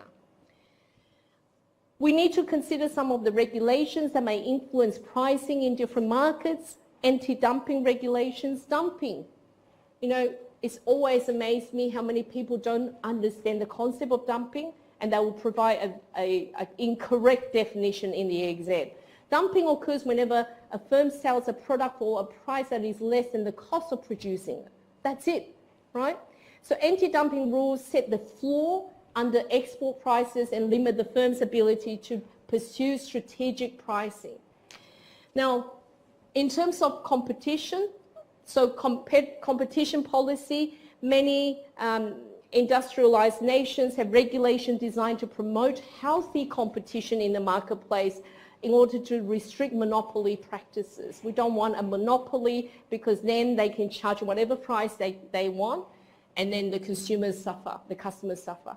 So the regulations can be used to limit the practices the prices that a firm can actually charge. Now, research and development want to develop new products. So their mindsets, we are developing, we are doing research, but often we have to keep them in check in terms of how much it would cost this new product. We don't have endless research budget, so we need to work together. So the marketing function has to find out what's latest trend, what our customers want, inform our research and development people, develop this. The customers actually want this type of products. They then develop the product that can actually be produced. There's no point developing a product that's really, really good, but the production people can't make it or too expensive to be made. So today, competition is such that technological innovation is, very important, and the pace of technology is faster than ever. You have iPhone 6 and then 9 or something, and then it keeps going. I don't even know what is the latest, but new innovations can make existing products obsolete, but at the same time open door to host new opportunities. Firms today need to make product innovation a priority, because if you don't, you get fallen behind. Samsung will take over, right? So this requires close links between the research and development, the marketing, and the production, the manufacturing. They have to work together, not in silos. So new product ideas come from the interaction of scientific research, demand conditions in the marketplace, and competitive conditions. The rate of new product development is greater in countries where more money is spent in the basic and applied research and development, where there is actually strong consumer demand. Customers are usually more affluent. Competition is intense. So we need to integrate research and development, marketing and production. Now, new product developed has a high failure rate. In order to reduce the chance of failure, new product development needs to involve the coordination of research and development, marketing and production working together, not working apart. The integration will ensure customer needs drive the product development. There's no point that we keep making new products that customers actually don't want, right? New products are designed to for the ease of manufacture. We can develop the best unique products, but it's so difficult to make. It costs so much. It's just not logical, not feasible. Now, development costs are kept in check. If you have an engineer running the company, everything is state of the art, right? Everything is, wow, state-of-the-art equipment. But if you're an accountant running the company, you may have a bit of old machines here and there. Don't buy new machines. We can still use that, But however, you have to balance everything.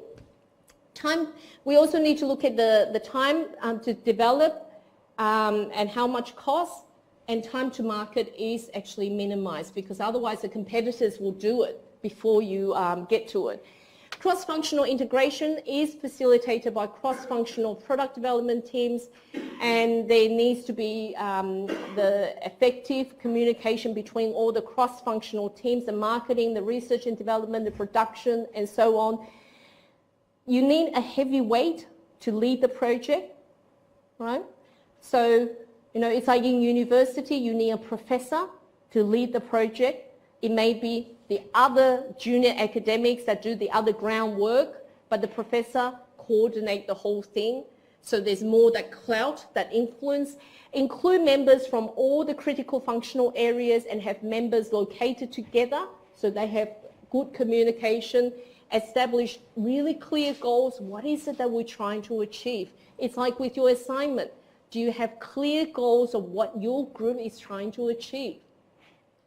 Develop an effective conflict resolution process. If there's conflict, you don't just brush it under the carpet. You talk to each other, you communicate, you hear the concerns, and you address those concerns.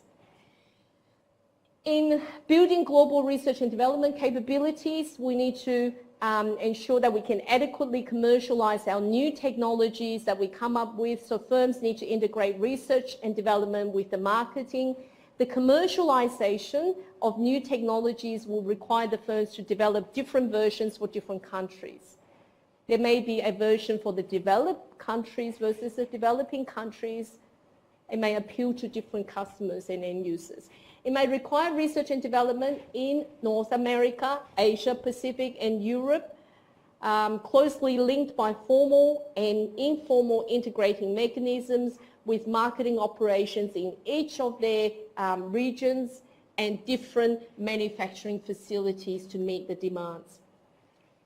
That takes us to the next topic, next chapter, global production, outsourcing and logistics. Let us take a 10-minute break and then we'll return and I will go through the rest of this, and if there's any questions regarding assignments, I can talk to you about them.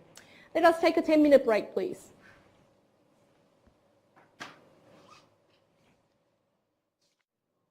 Okay, we should make a start again.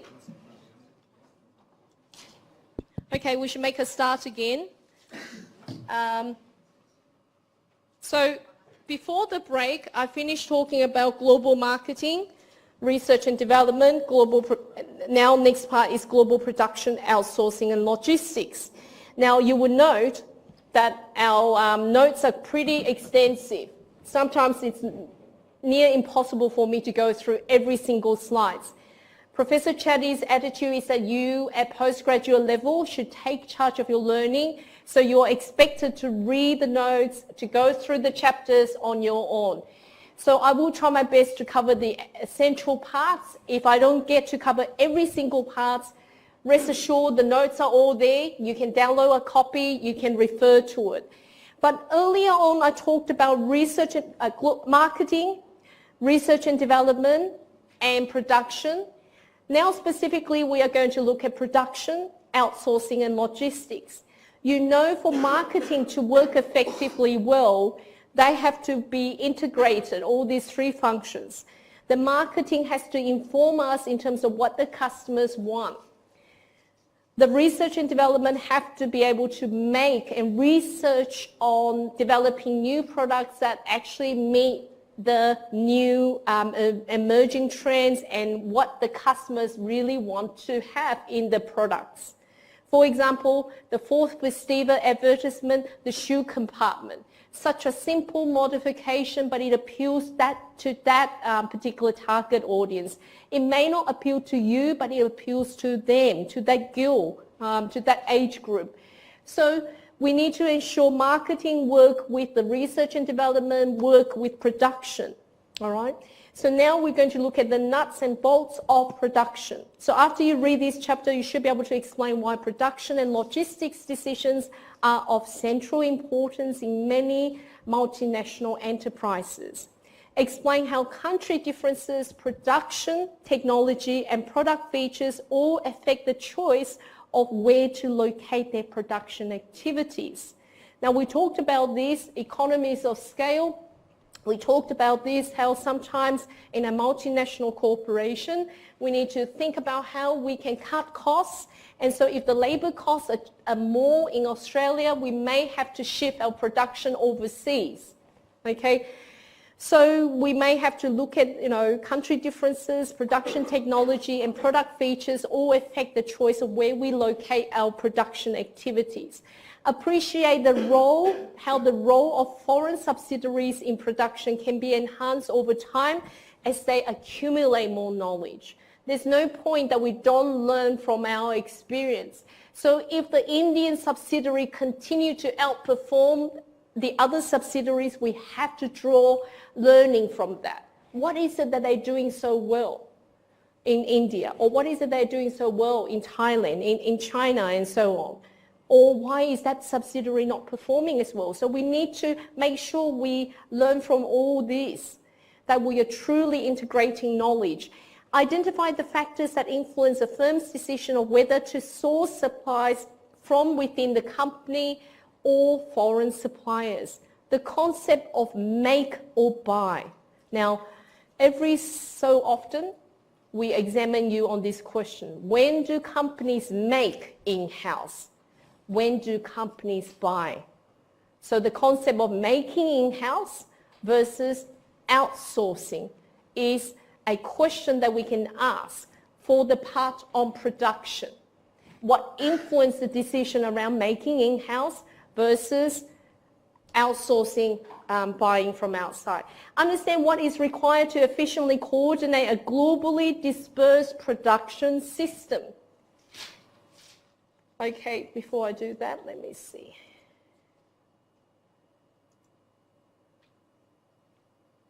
Forgive me.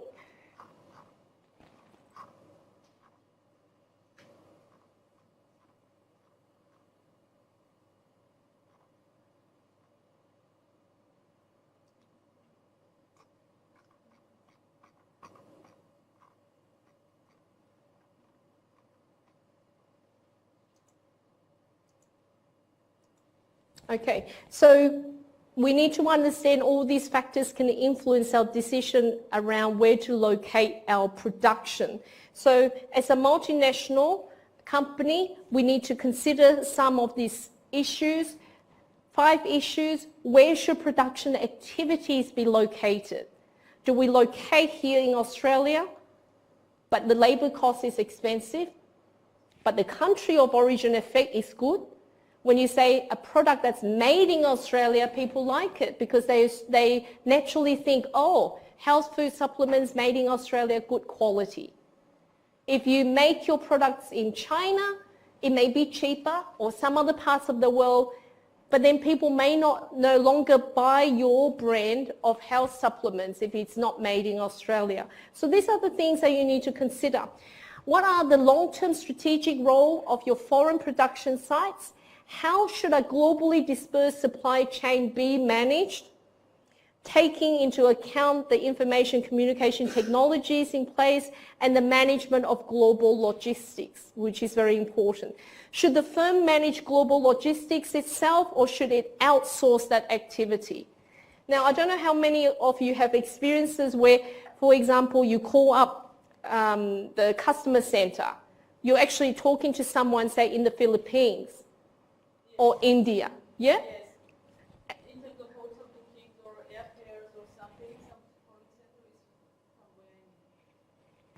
Absolutely. There's some research to show that those workers, employees in those call centers have to adopt a different persona in psychology research. They are given a Western name. It could be Amy. So while she's on shift, she's called Amy, right? Oh, hello, how can I help you? My name is Amy. Oh. But then when she gets off shift, she's a different person.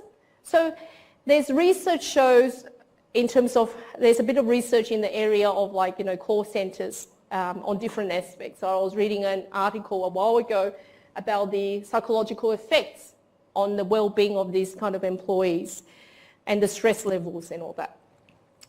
So here we're thinking about logistics, production, and how it fits in with our overall strategy. So firms need to identify where to locate these value creation activities, including maybe the customer service center. Maybe it's cheaper to have one set overseas. As long as they speak English and familiar with how the company want to service their customers, they are fine. So they don't even have to locate them in Australia. So firms identify how production and logistics can be conducted internationally to actually lower the cost of our value creation activities, add value by better serving customer needs.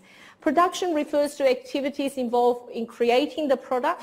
So these activities can be both products and services productions.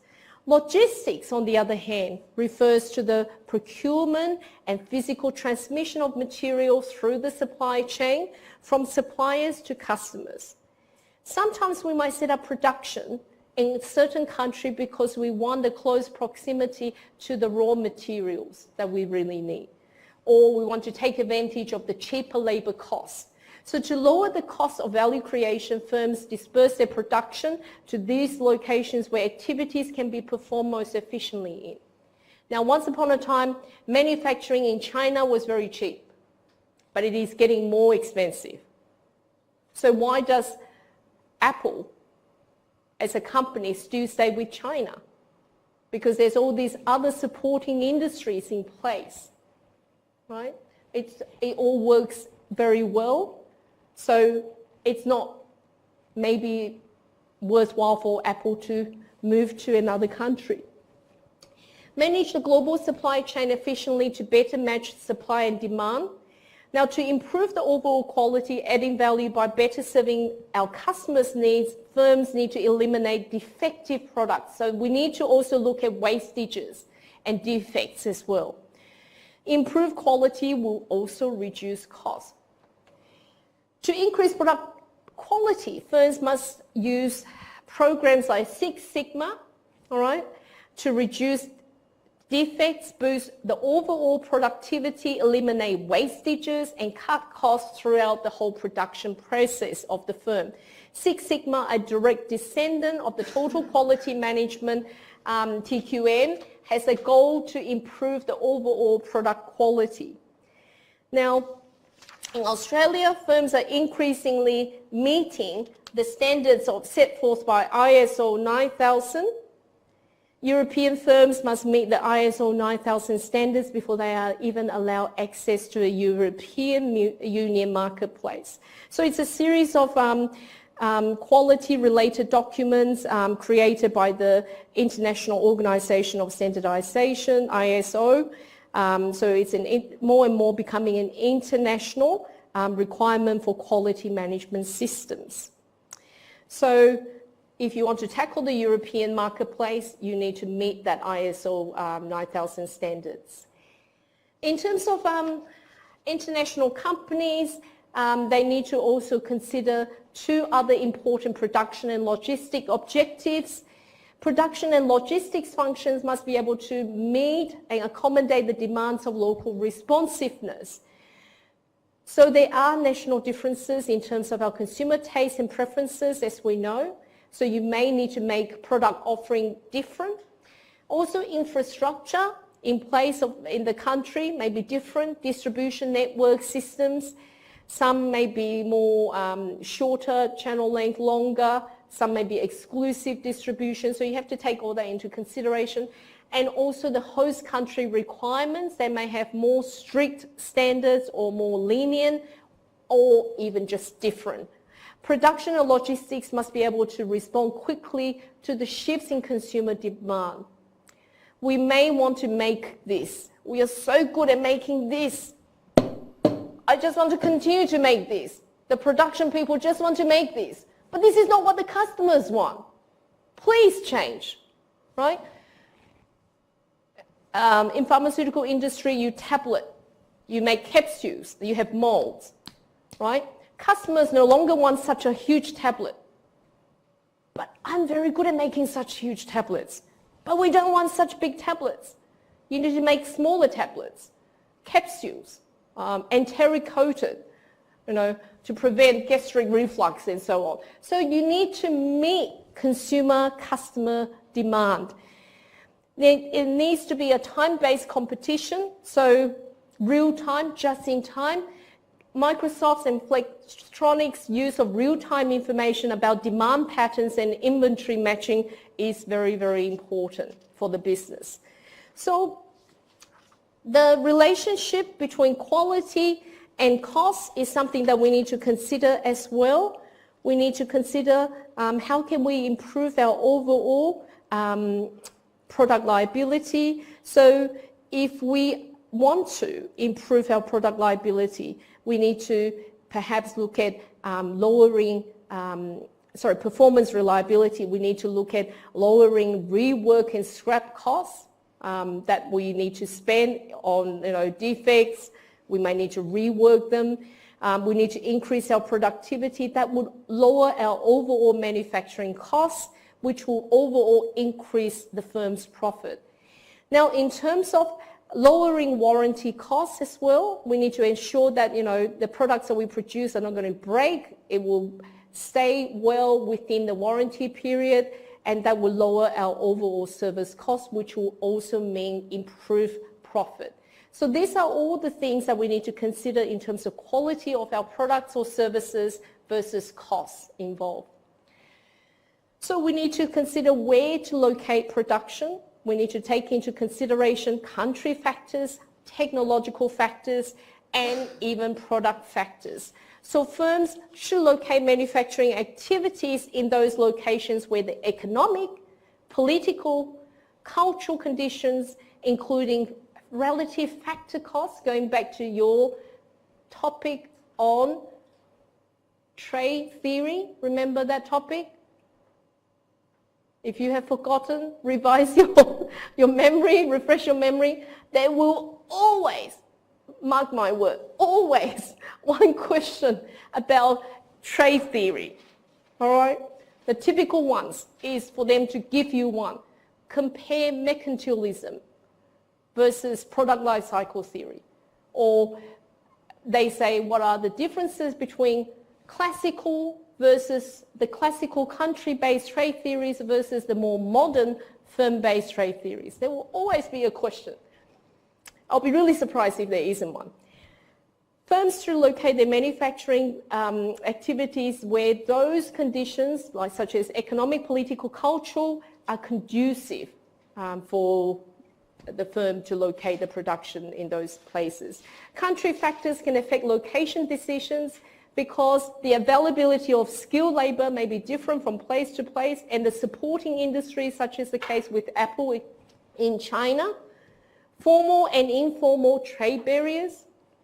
That's something for us to consider, particularly at the moment in terms of the trade wars going on. Expectation about future exchange rate changes. That's why your understanding of foreign exchange is important. Some of you even not cover a section on foreign exchange. How can you not do that in your country report? Or not talk about finance? So those assignments that omitted many sections did poorly. Now you understand why, because we need to have all this information. Transportation costs also play a role. Regulations affecting foreign direct investment. Technological factors, so the type of technology a firm uses in its manufacturing can affect location decisions.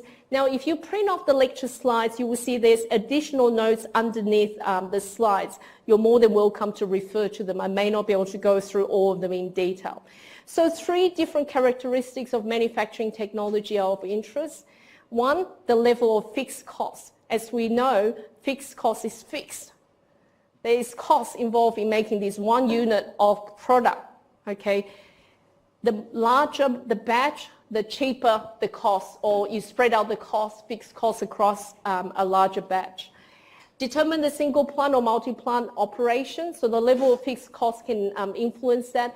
The minimum efficient scale, determine the single or multi-point operations, and the flexibility of technology.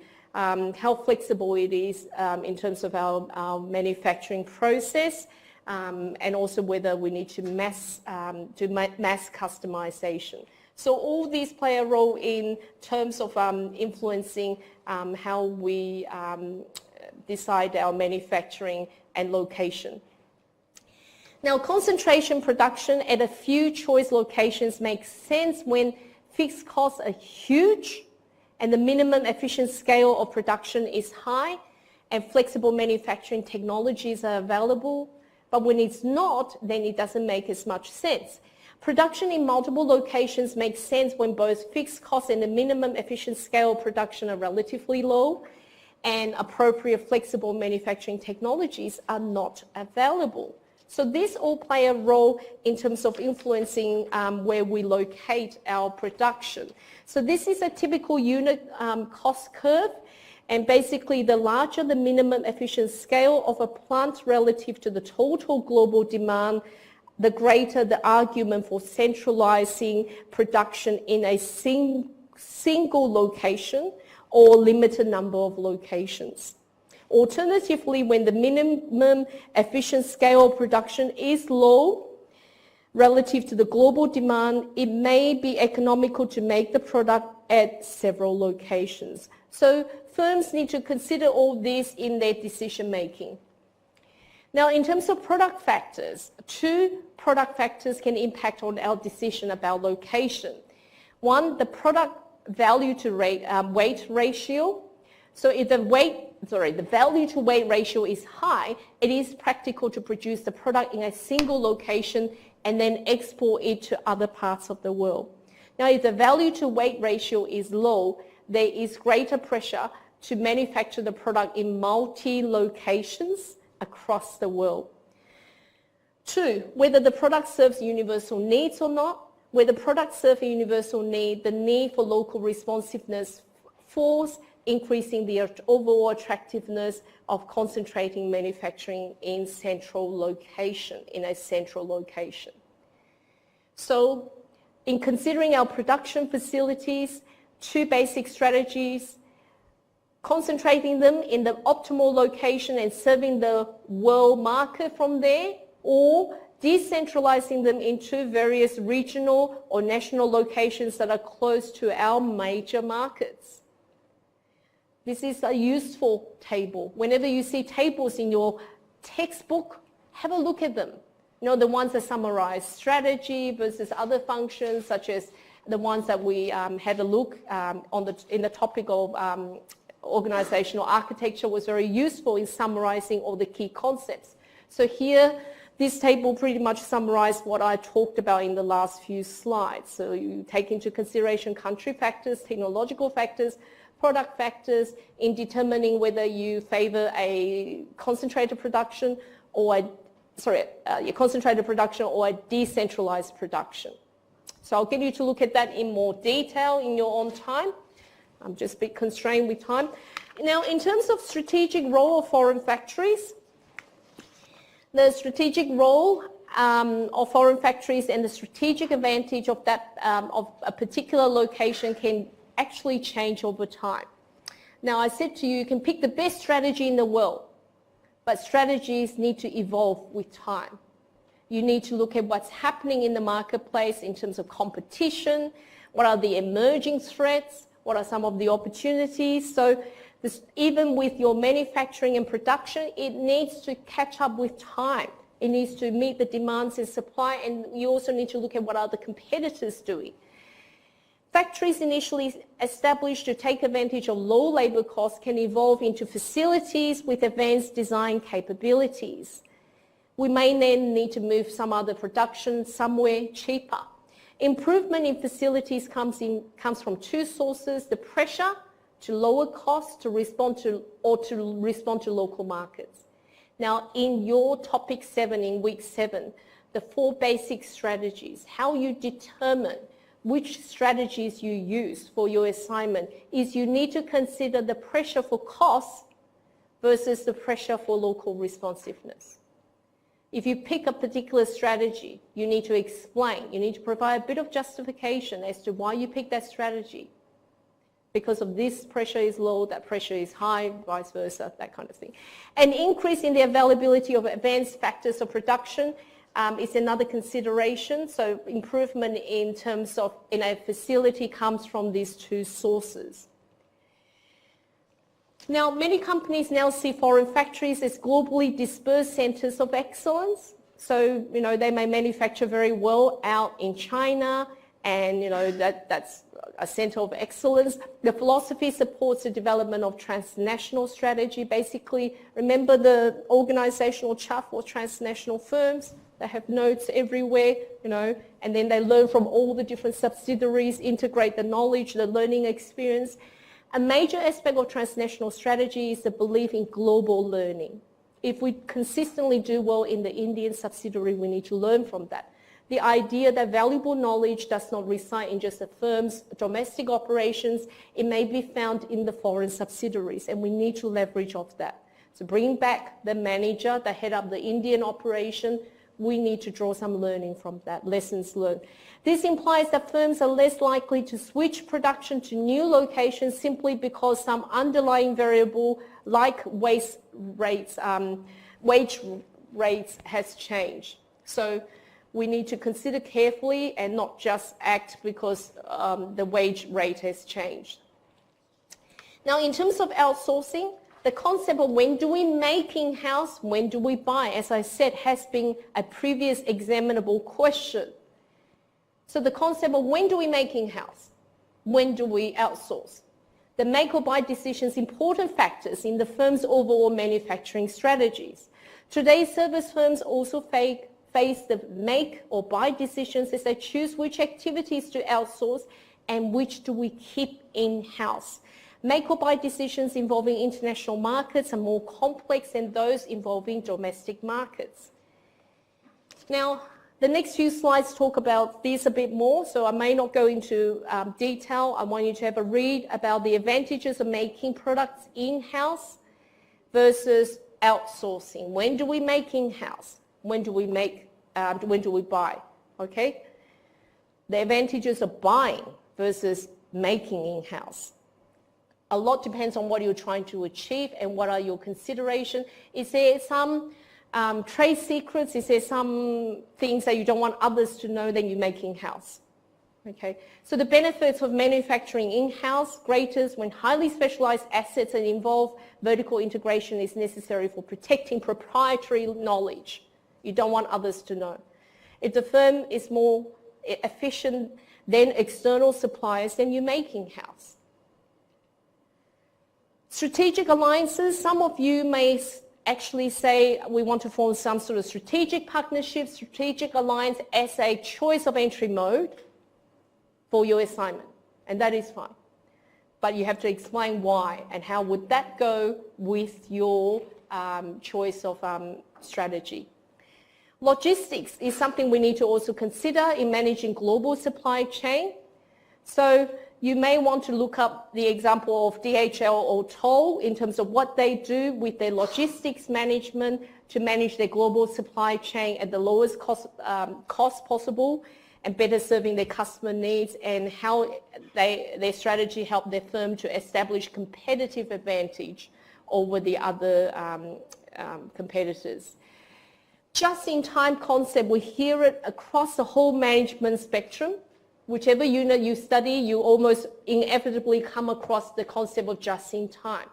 So if I'm making beverages, right, I want the bottles to arrive in the truck just in time, go onto my conveyor belt just in time to fill my drinks. I don't want to have a huge warehouse where I have to stock a lot of these empty bottles because it costs me money. The just-in-time concept. But if you don't have a buffer, if everything is just in time, if the truck breaks down, you can't meet your demand. You can't meet the deadline for manufacturing. So there's trade-offs as well. So how much of just-in-time is another challenge you need to think about. More and more we rely on technology. So electronic data interchange, facilitate the tracking of inputs, allow firms to optimize the production schedule, and let the firm and the suppliers communicate in real time. So companies are using a lot of technology to inform them when to make, when to stock, when to order, and effectively how we can meet the consumer or customer demands quickly. Sorry, I rushed through the last few slides, but I want to get to this slide with 5 more minutes left to just say a few things. Now, as I mentioned at the beginning of this lecture, it can be a very stressful time for you. I know that. I have been through the MBA program myself, and I know when you're juggling with competing demands and there's so much to do with so little time. Please stay calm, okay? Stay calm. If you need to go out and shower, go somewhere, go near the beach, shout, you know. If shouting helps you to release stress, go somewhere where you can do that. In the shower or something, you know. But make sure you look after yourself, pace yourself, don't burn out. So this week, we cover global marketing, global production, outsourcing and logistics. Not only you need it for the assignment, it is also an examinable topic. Revise them. Start revising for your exam. Your assignment is due this week. 20th? Is it this week? Yeah. Sorry, Monday. Sorry, Monday. Ooh. Doran asked me to pass on the message there shall be no extension. He cannot grant any more extension than it is because it's too close to exam. If we give you an extension, it's actually going to do you a disfavor because you're going to then spend more time on the assignment and spend less time on the exam revision. The exam is a hurdle requirement, so you need to pass the exam. So start preparing for it. Next week, I will go through a whole course overview from topic 1, globalization, to topic 10, marketing and all that. Tell your friends, spread the words, tell them to all come. Don't miss the class. I want to relive that memory of week 1 where everyone is here. Tell your friends, okay? Promise it will be worthwhile because Professor Doran Chatty is going to join us too, particularly in the last hour. He may come earlier. He's going to give you exam tips. So it will be really worth your while. So come and make sure you don't miss class. Now, I saw a message pop up earlier. They are in the process of releasing the evaluate online for students. Don't forget to do your unit evaluation for all the units that you study. It is very important we receive the feedback. If we teach well, if we deliver the unit well, I try very hard, Professor Chatty try very hard, we work very hard. Please give us the feedback and do the evaluation for us. Okay, I will see you next week. Spread the words, get everyone to come for the final revision class. Study hard, but study smart, okay? Good luck with your assignment, and I'll see you next week.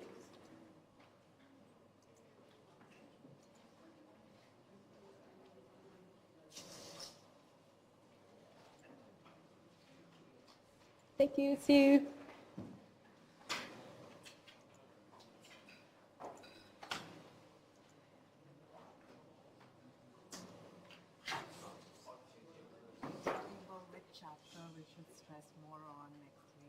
I think Professor Chatty will probably give you a bit more hints because he would know more, but my understanding is that all topics are examinable.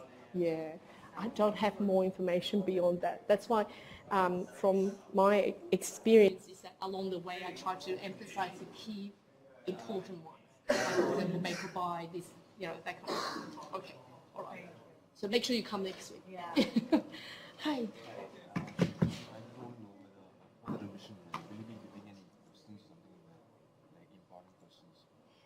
Every week, Professor Chatty has posted a set of questions. Yeah, I saw. Okay. Questions. Yeah, so those questions will be very useful. Now, in the past, they actually provide a sample exam question, but I don't know whether he will be doing that. I think it's important for you to, if you want that, to actually post a question on Cloud Deacon or to send him an email and ask him, because he will be the one deciding on how much revision material and what to give. So, I mean, if he's providing it, he'll be explaining, giving it on the last revision learn, right? Or will it be online? It will be online because they need to make sure that all the students can access them. So if there isn't any at the moment and you wish to have more, then you may want to just ask him. Yeah, I will certainly tell him that students have asked about whether there's some sort of revision exam questions. But by all means, send him an email or post a question. Does he usually give it for the last Not always, usually. It depends on the unit chair.